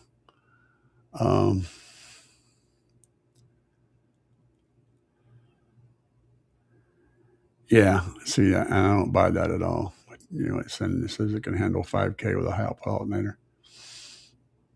Yeah, I don't buy that. I don't like those ratings. That's why I said, man, you could do it. And here's the thing: you go and you buy the batteries, you hook them up, you do the thing, put the amplifiers on there, and then your voltage goes, and you're like, what happened?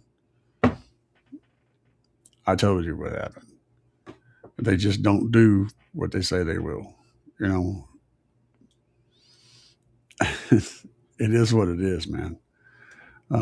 It looks cool sitting back there with the labels and the logos and the name and all that stuff, but it just don't do what it says it will do. And then, it is what it is, man. I finally got the chance to catch a live. Best score, best machine I ever got. And what frequency? Just curious. My loudest official score is a 156.8 at 37 hertz on the glass. That's a legal competition score on the window.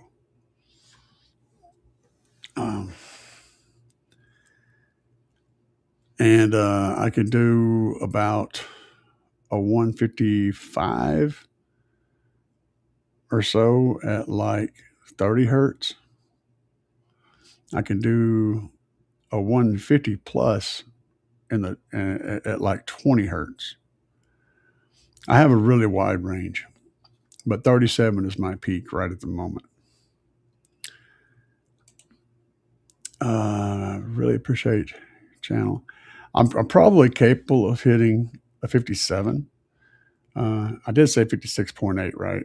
Because I have 156.8 from my max.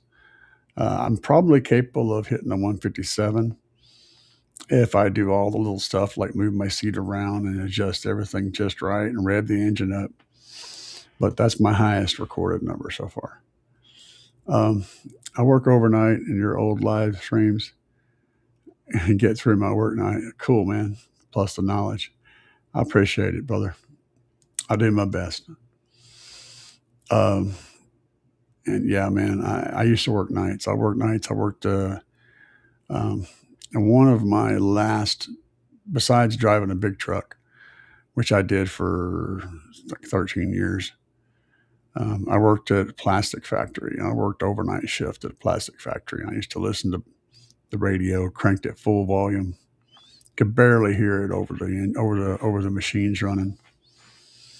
I worked at two different places. One was Diversified Plastics, and one was Accurate Plastics.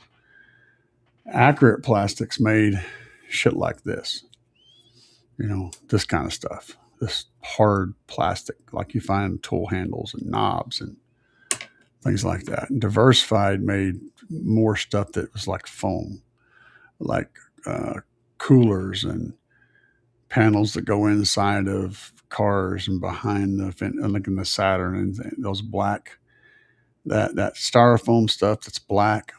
It's really, really tough and squishy. And then, of course, regular blown styrofoam kind of stuff. Anyway, I worked at both of those places. Two cool jobs. They were literally sitting side by side in the parking lot. But yeah. Let's see here. Infinity. 3 ways, 100 watts RMS. That's the speakers. Yeah. Like I said, I wouldn't put no more than 10 to 20 watts on them. How much RMS can I run before needing to upgrade electrical? I don't know what you have to start with, bro. On the average car, less than 1,000 watts, really, total, for everything. And the easiest way to tell you is if your voltage is dropping whenever you're cranking it up, then you're running too much and you need to upgrade your electrical. And then the best way to figure that out is, are your headlights dimming? Then you need to upgrade your electrical.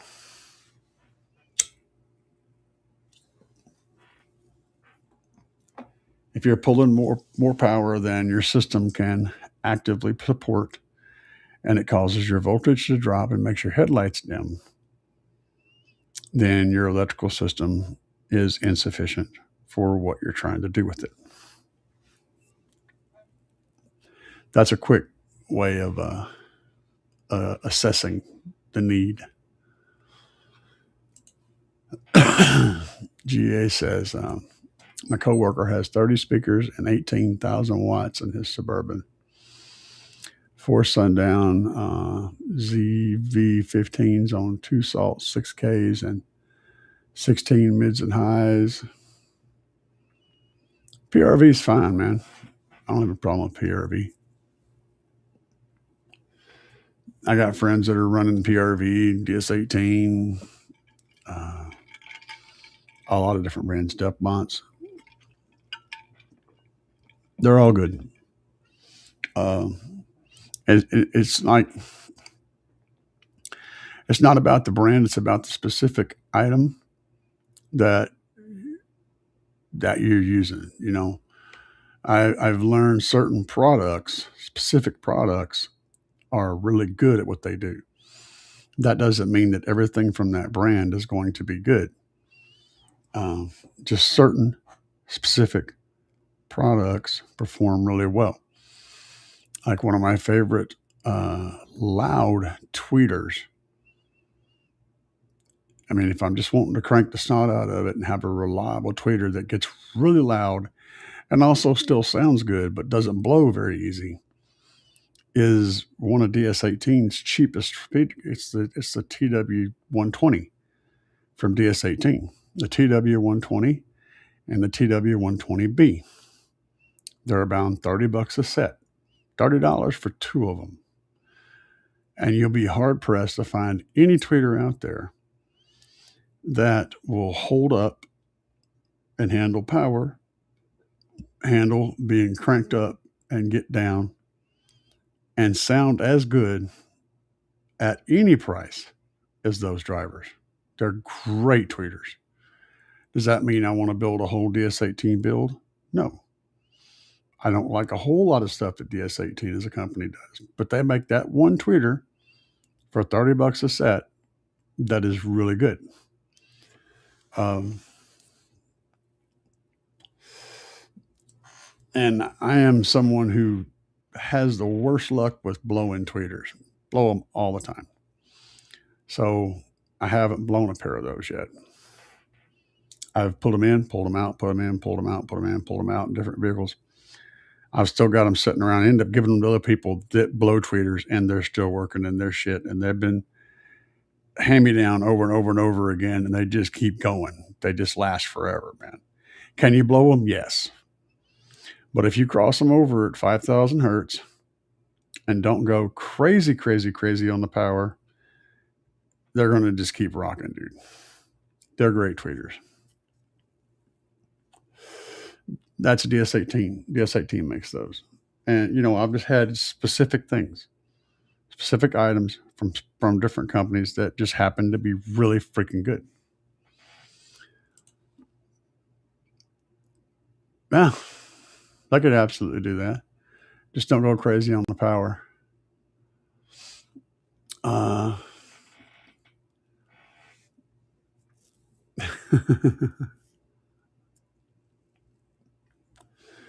And he's talking about the DS18 tweeters. I don't know which ones you have.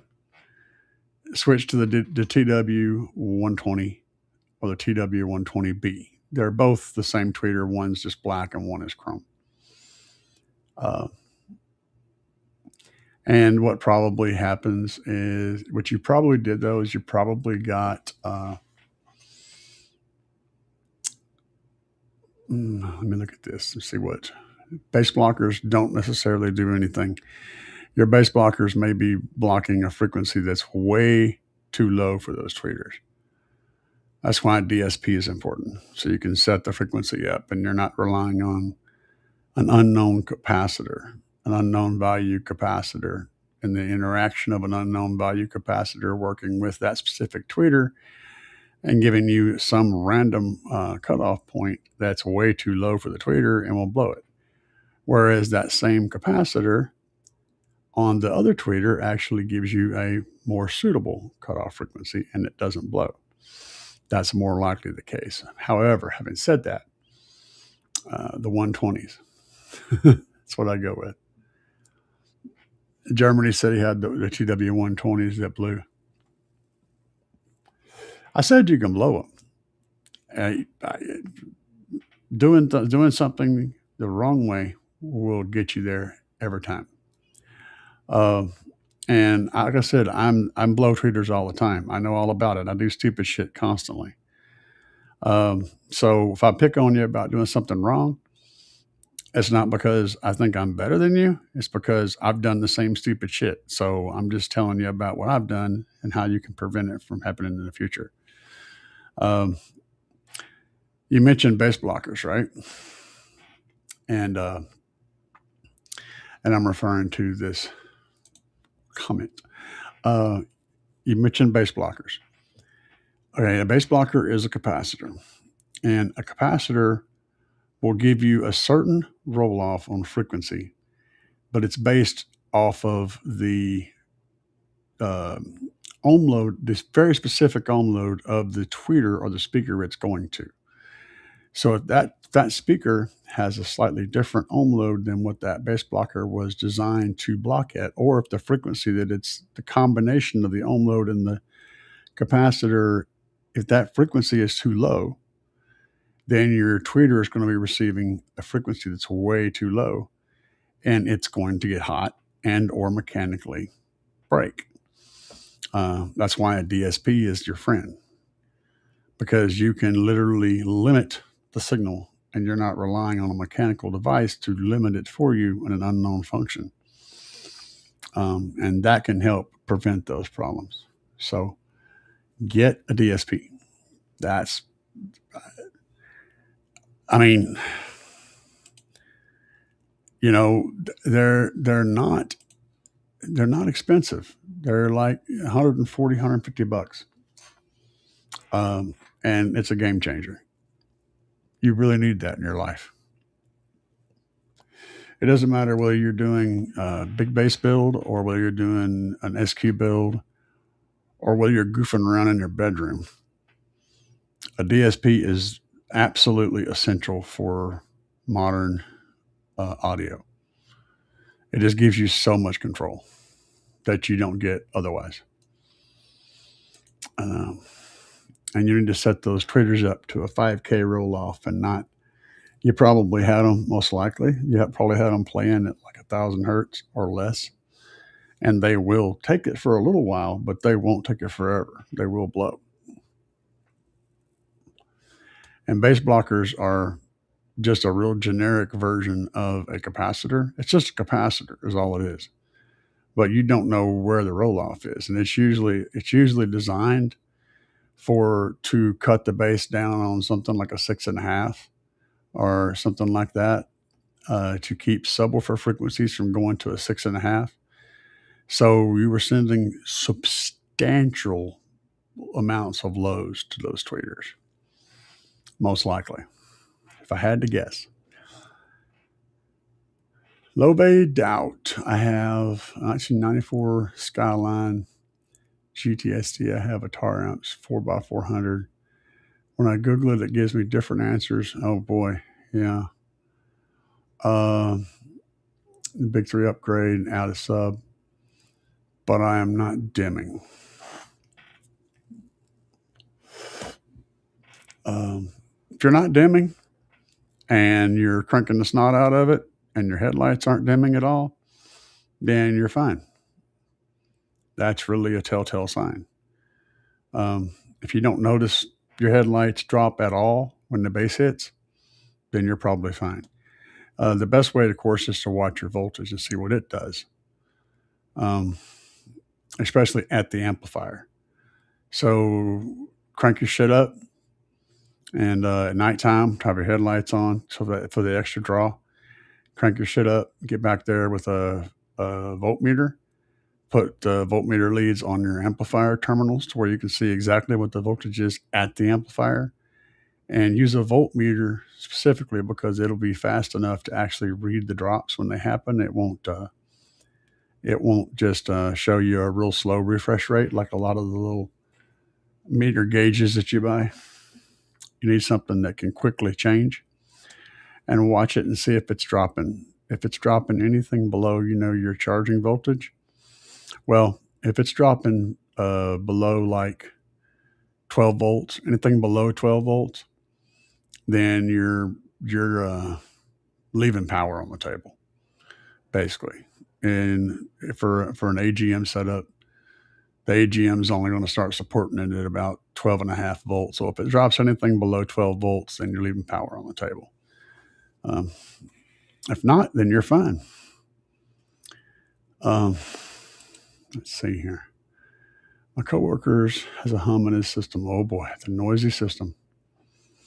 He says it's because of the 18,000 watts. Sounds like a ground. But his installer would disagree because his installer is the one that hooked it up, and he don't want to have to do something different.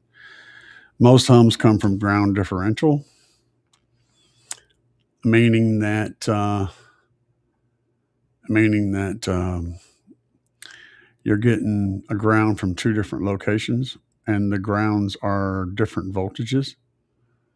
It's like your voltage isn't all about your positive wire. It's also about your ground wire. And if your ground at one point is giving you 12.5 volts, and then your ground at another point is giving you 13 volts, right? And those two are on two different pieces of equipment that are in the same signal chain, you will almost always get some kind of noise between the two. And that's called a ground differential or a ground loop.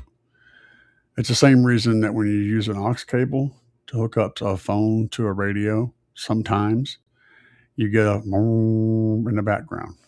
That's a ground. There's a ground happening in there. You're connecting the ground in that device and the ground in the vehicle together with the ground over that aux. It's two different ground points, two different ground levels. And over the signal chain is connecting them together, and so you get a ground loop, and it causes an oscillation. It's like somebody playing racquetball back and forth, and that makes noise. And that's where your problem is. What fixes that is having all your shit ground at the same exact spot on the same plane, not just on the same plane, but on the same wire. Having the ground be the same voltage for everything. So, like if you want you to run your radio, for example, run your power and your ground from your radio back to where your amplifier is, and have it hook up at the same spot as the amplifier, so forth and so on. This can eliminate those things. It's just it's a ground potential differential. That's what it is. It makes that noise. That's one of the things. That's the most common one. And it usually shows up with a change in pitch when you rev the engine up, because the alternator spins up, and as the alternator spins up, it changes how fast the people are hitting the ping pong ball back and forth across the table. If it comes in as just a constant hum that never changes, then you've got somewhere there's a ground that's not connected. You can fix that by adding a ground wire from your RCA to the chassis of your radio. That usually fixes that problem.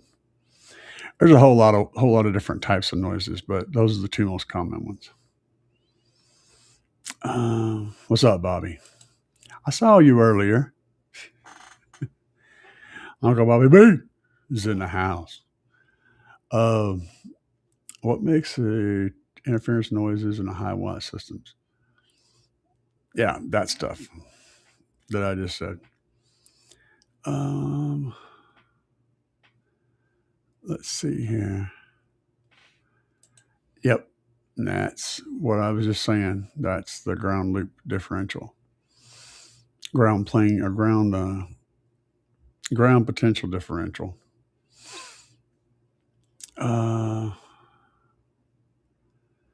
Let's see what else we have here. I don't have a DSP. I already mentioned that.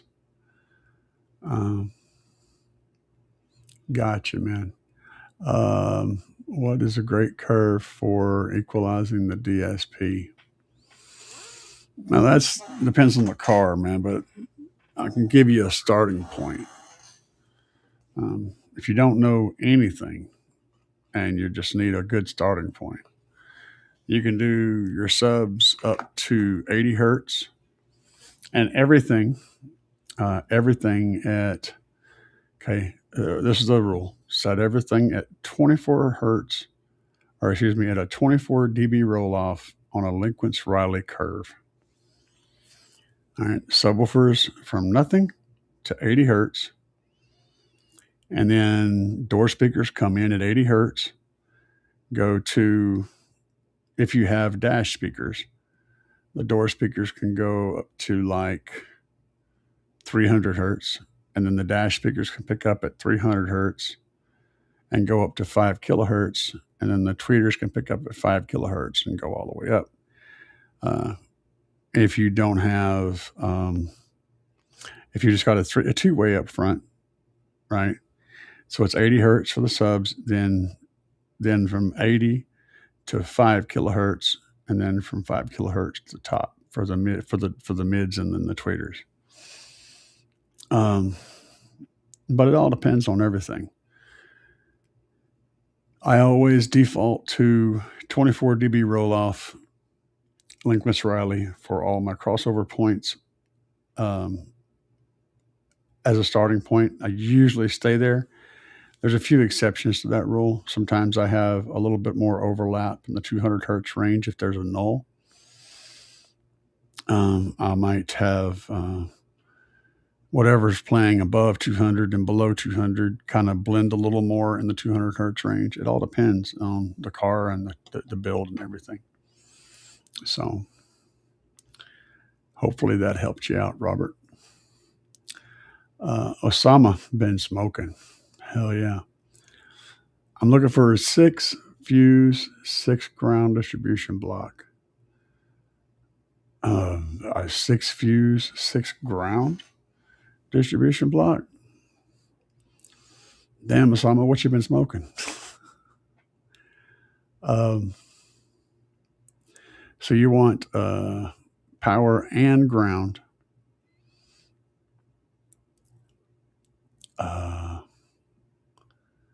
a power and ground distribution block. And I don't know how big it needs to be because that makes a big difference. I mean, you're not going to find very many things that are one thing that do both of those jobs that are very big. All right. You can find lots of stuff that can do both of those jobs at 25 amps and 30 amps. But if you're trying to pull, 300 amps through it, most of the stuff that you're going to find that's that big that do both of those jobs is going to be stuff from like Steve Meade shit. And so, yeah, that's a very interesting spot to be in, and it gets expensive.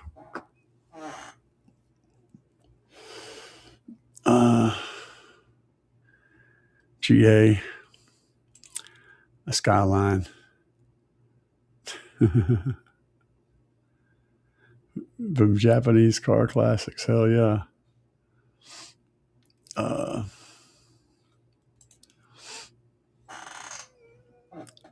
Yeah.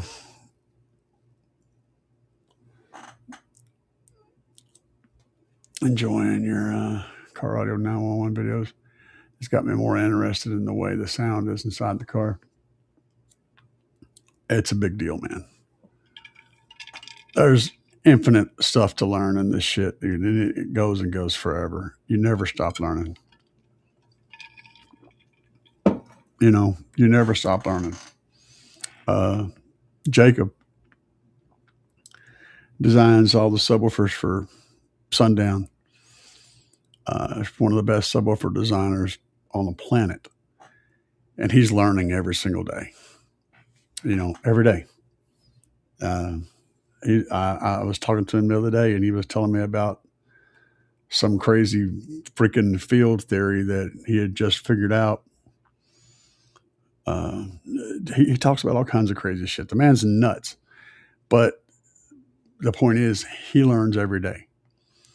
The best out there learn every single day. So it's nothing new. We all make mistakes.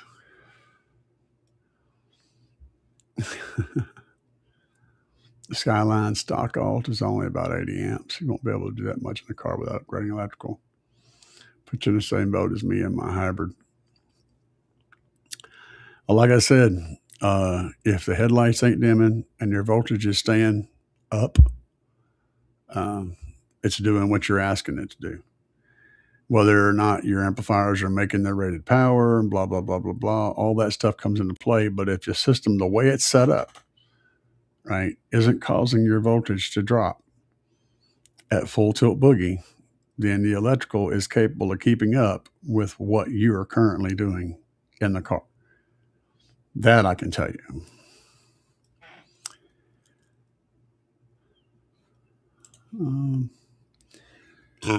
Pardon me, I don't have an alt, but I have a DC-to-DC charger that is 80 amps, so only about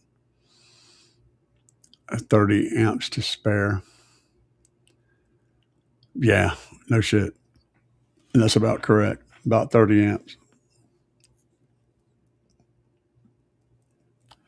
But having the big batteries will help drastically, like a lot. Having big batteries on your stereo end will help a lot for those scenarios. Low voltage. Running with the stick battery, stock battery. He said what he did was, since he don't have an alt, is got LiPo battery. Mine is a low voltage series 2 running with the stock battery to power my system. That's going to be your best bet, probably. Fair enough. I'll buy that. Yes, absolutely. Second battery is absolutely a good thing. Mainly it's the voltage. The chemistry is important, but it's not as important as the resting voltage. You need your second battery to rest at about the same point as your other batteries, so that one isn't trying to hold the other one up. All right. There's a long, detailed thing about that, but if you're driving the car every day and the voltage is within like a volt of each other, it'll be fine. If you're driving it on a daily basis. Depending on chemistry. What would be a good frequency adjustment curve using the RTA? Using the RTA, a good frequency adjustment curve. You mean the Q factor for the equalizer? That depends on how many bands you're trying to affect. I'm kind of a broadband kind of a guy. I like to go down to like a Q factor of 1-ish, but I'm not a detail person. So, but again, it all depends on what you're trying to do with the RTA. If you're trying to adjust bands, using a Q, a higher number Q is going to give you a tighter adjustment. So it's going to squeeze it up and make it a finer adjustment. And you can do a lot more with that, but I find that when I do that, I'm stupid, so I tend to screw it up. And so being stupid, I have learned that you have to embrace your stupid. Okay, first thing you have to understand what you're bad at, and then figure out a way to adjust your life to fix the things that you're bad at. Right. For me, whenever I try to do too fine of an adjustment with the EQ, I wind up with a wonky EQ. So I go with a broader spread, like a 0.9 something or 1.0 on the Q, so that I'm pushing a lot of bands at one time. I tend to end up with a better sounding EQ that way. That's just me. Okay. That's because I am stupid and I understand that.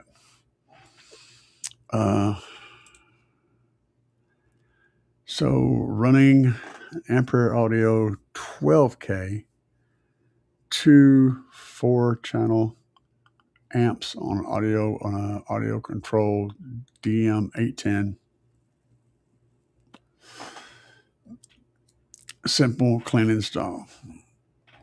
Good deal. I believe that DM810 is an actual processor, if I'm not mistaken. Yeah, it's a DM810, 80 in, 10 out or something like that. But sounds good. Sounds good.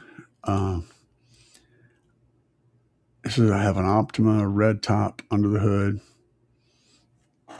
Those things have gotten a bad rap over the last 10 or 15 years, but I can't say I have any bad luck with them. I just hear lots of bad stuff. I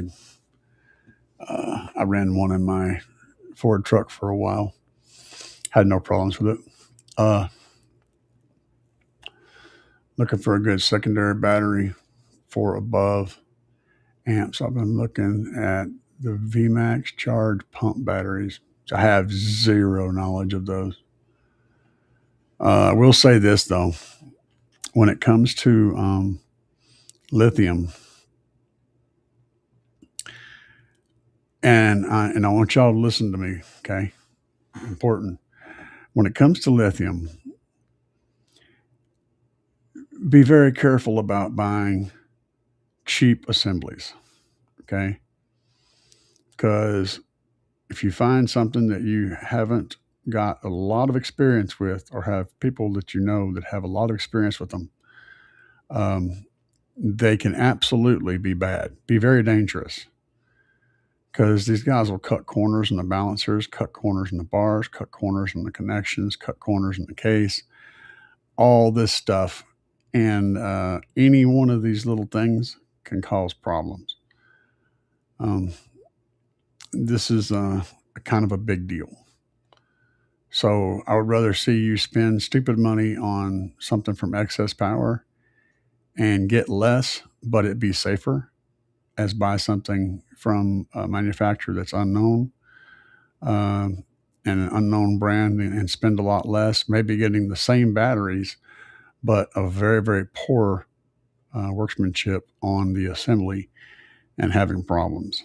So that's how I stand on that. If you're going to go cheap on lithium, just buy the cells and the bars and build it yourself, because you're going to get a better product in the end that way.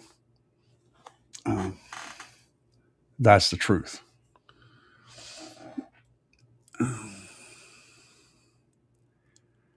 How do you EQ bass? Well, I mean, if you're trying to make it linear, you can run a sweep and run an RTA sweep. So put in Google, open Google up and look for a sweep that runs from like 100 hertz down to like 30 hertz and bounces back and forth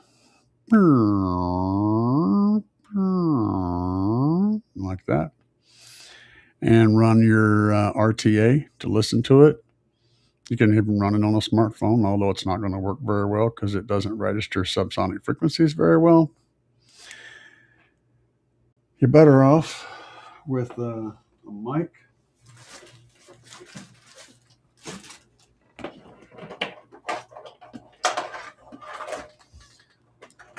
Like one of these, okay? These styles of mics.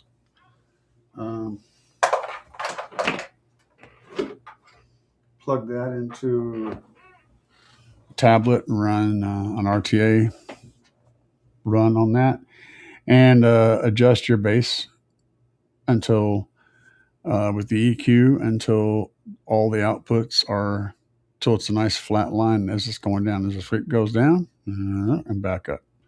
You could also run pink noise and just EQ the bass flat on a pink noise track. If you don't have any of that fancy stuff, you can do it with your ear.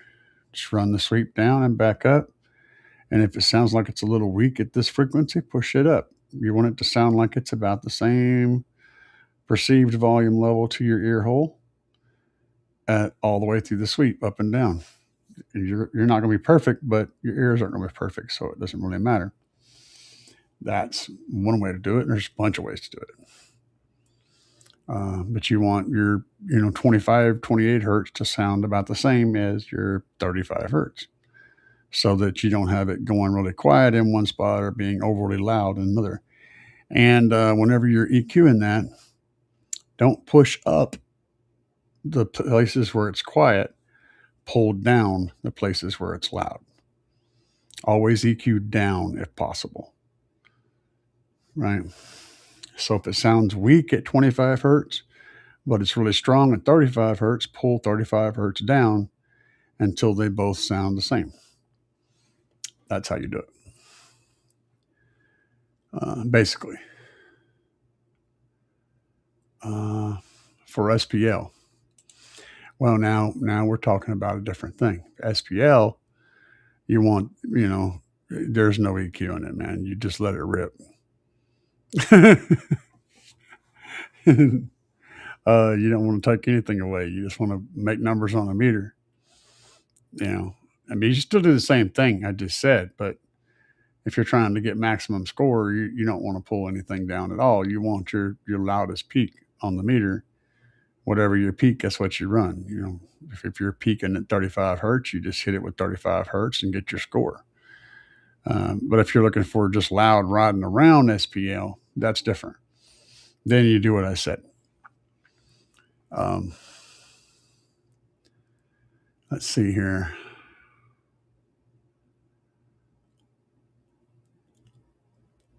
Yeah, hopefully that helps you out then. Let's see. A good bass knob that lets you see the level at night, and also has a voltmeter. I like the bass case that I got from the guys on Facebook. Let me see if I can find it for you.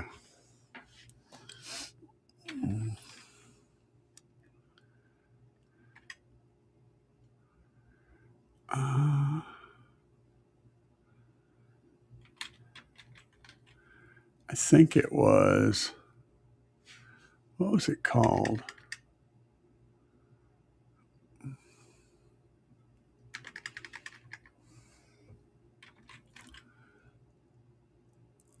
I'm trying to look it up. There, I believe that is it right there. Yes, that's it. I'll show you these guys. Hang tight. Let me minimize this stuff. Boy, we got lots of stuff. All right. We'll minimize that. Now we'll go over here. Boop. And we'll go boop. So these guys. This is the people I like dealing with as far as base knobs go. And they're pretty freaking wicked, man. They do all kinds of cool stuff. You can order custom stuff, just anything you can dream up, they can make it. This is where I got my, the one that I'm running in my Tahoe. And they can do all sorts of things to them. Put all sorts of different gauges and doodads and meters, anything you want. Multiple volume control, bass knob, blah, blah, blah, all mixed together. Just whatever kind of a scenario you can dream up, they can make it. And you just get to hook these guys through Facebook, and they'll hook you up, man. And just look for this bass case, all one word. Check them out. That's my suggestion.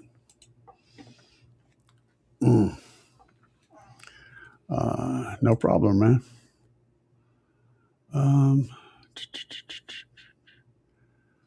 Let's see here. Yeah, I use an RTA and REW. Just wondering how you personally do it your way. Appreciate your input on this topic. No problem, man.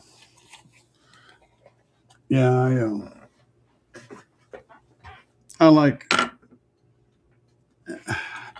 I'm a believer that you try to fix it in the physical world first, and then once you get that in the ballpark, then you can go back in the digital world and do the other stuff. So if my bass, for example, is falling off at 28 hertz and I want it to play lower than that, then I fix the box, fix the sub. I change the stuff. That's kind of how I do it. I tune physically, primarily. And then once I get everything where it's really close, as far as physical tuning, then I go in there and make those little adjustments with the DSP. Ideally, if you got a system built perfectly, you can run your EQ flat and it'll sound great. And that's what I'm always shooting for. So hopefully that answered your questions. W, you ain't right, man. You guys got anything else for me tonight? I will stick around as long as there's questions and do my best.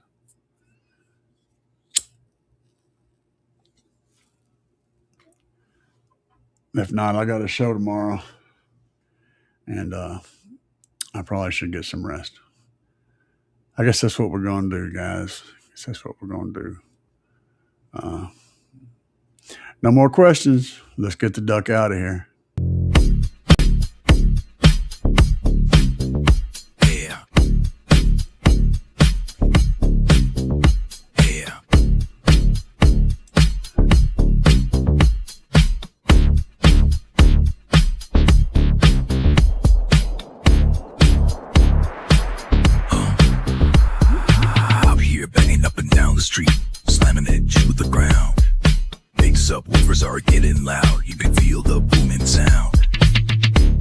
getting ready to go. Got it shined up for the show. Power's charging, amps are amping, gonna let the woofers blow. Another one bites the dust. Another one bites the dust. And another one goes, and another one goes, and another one bites the dust. We got more at home. Another one bites the dust.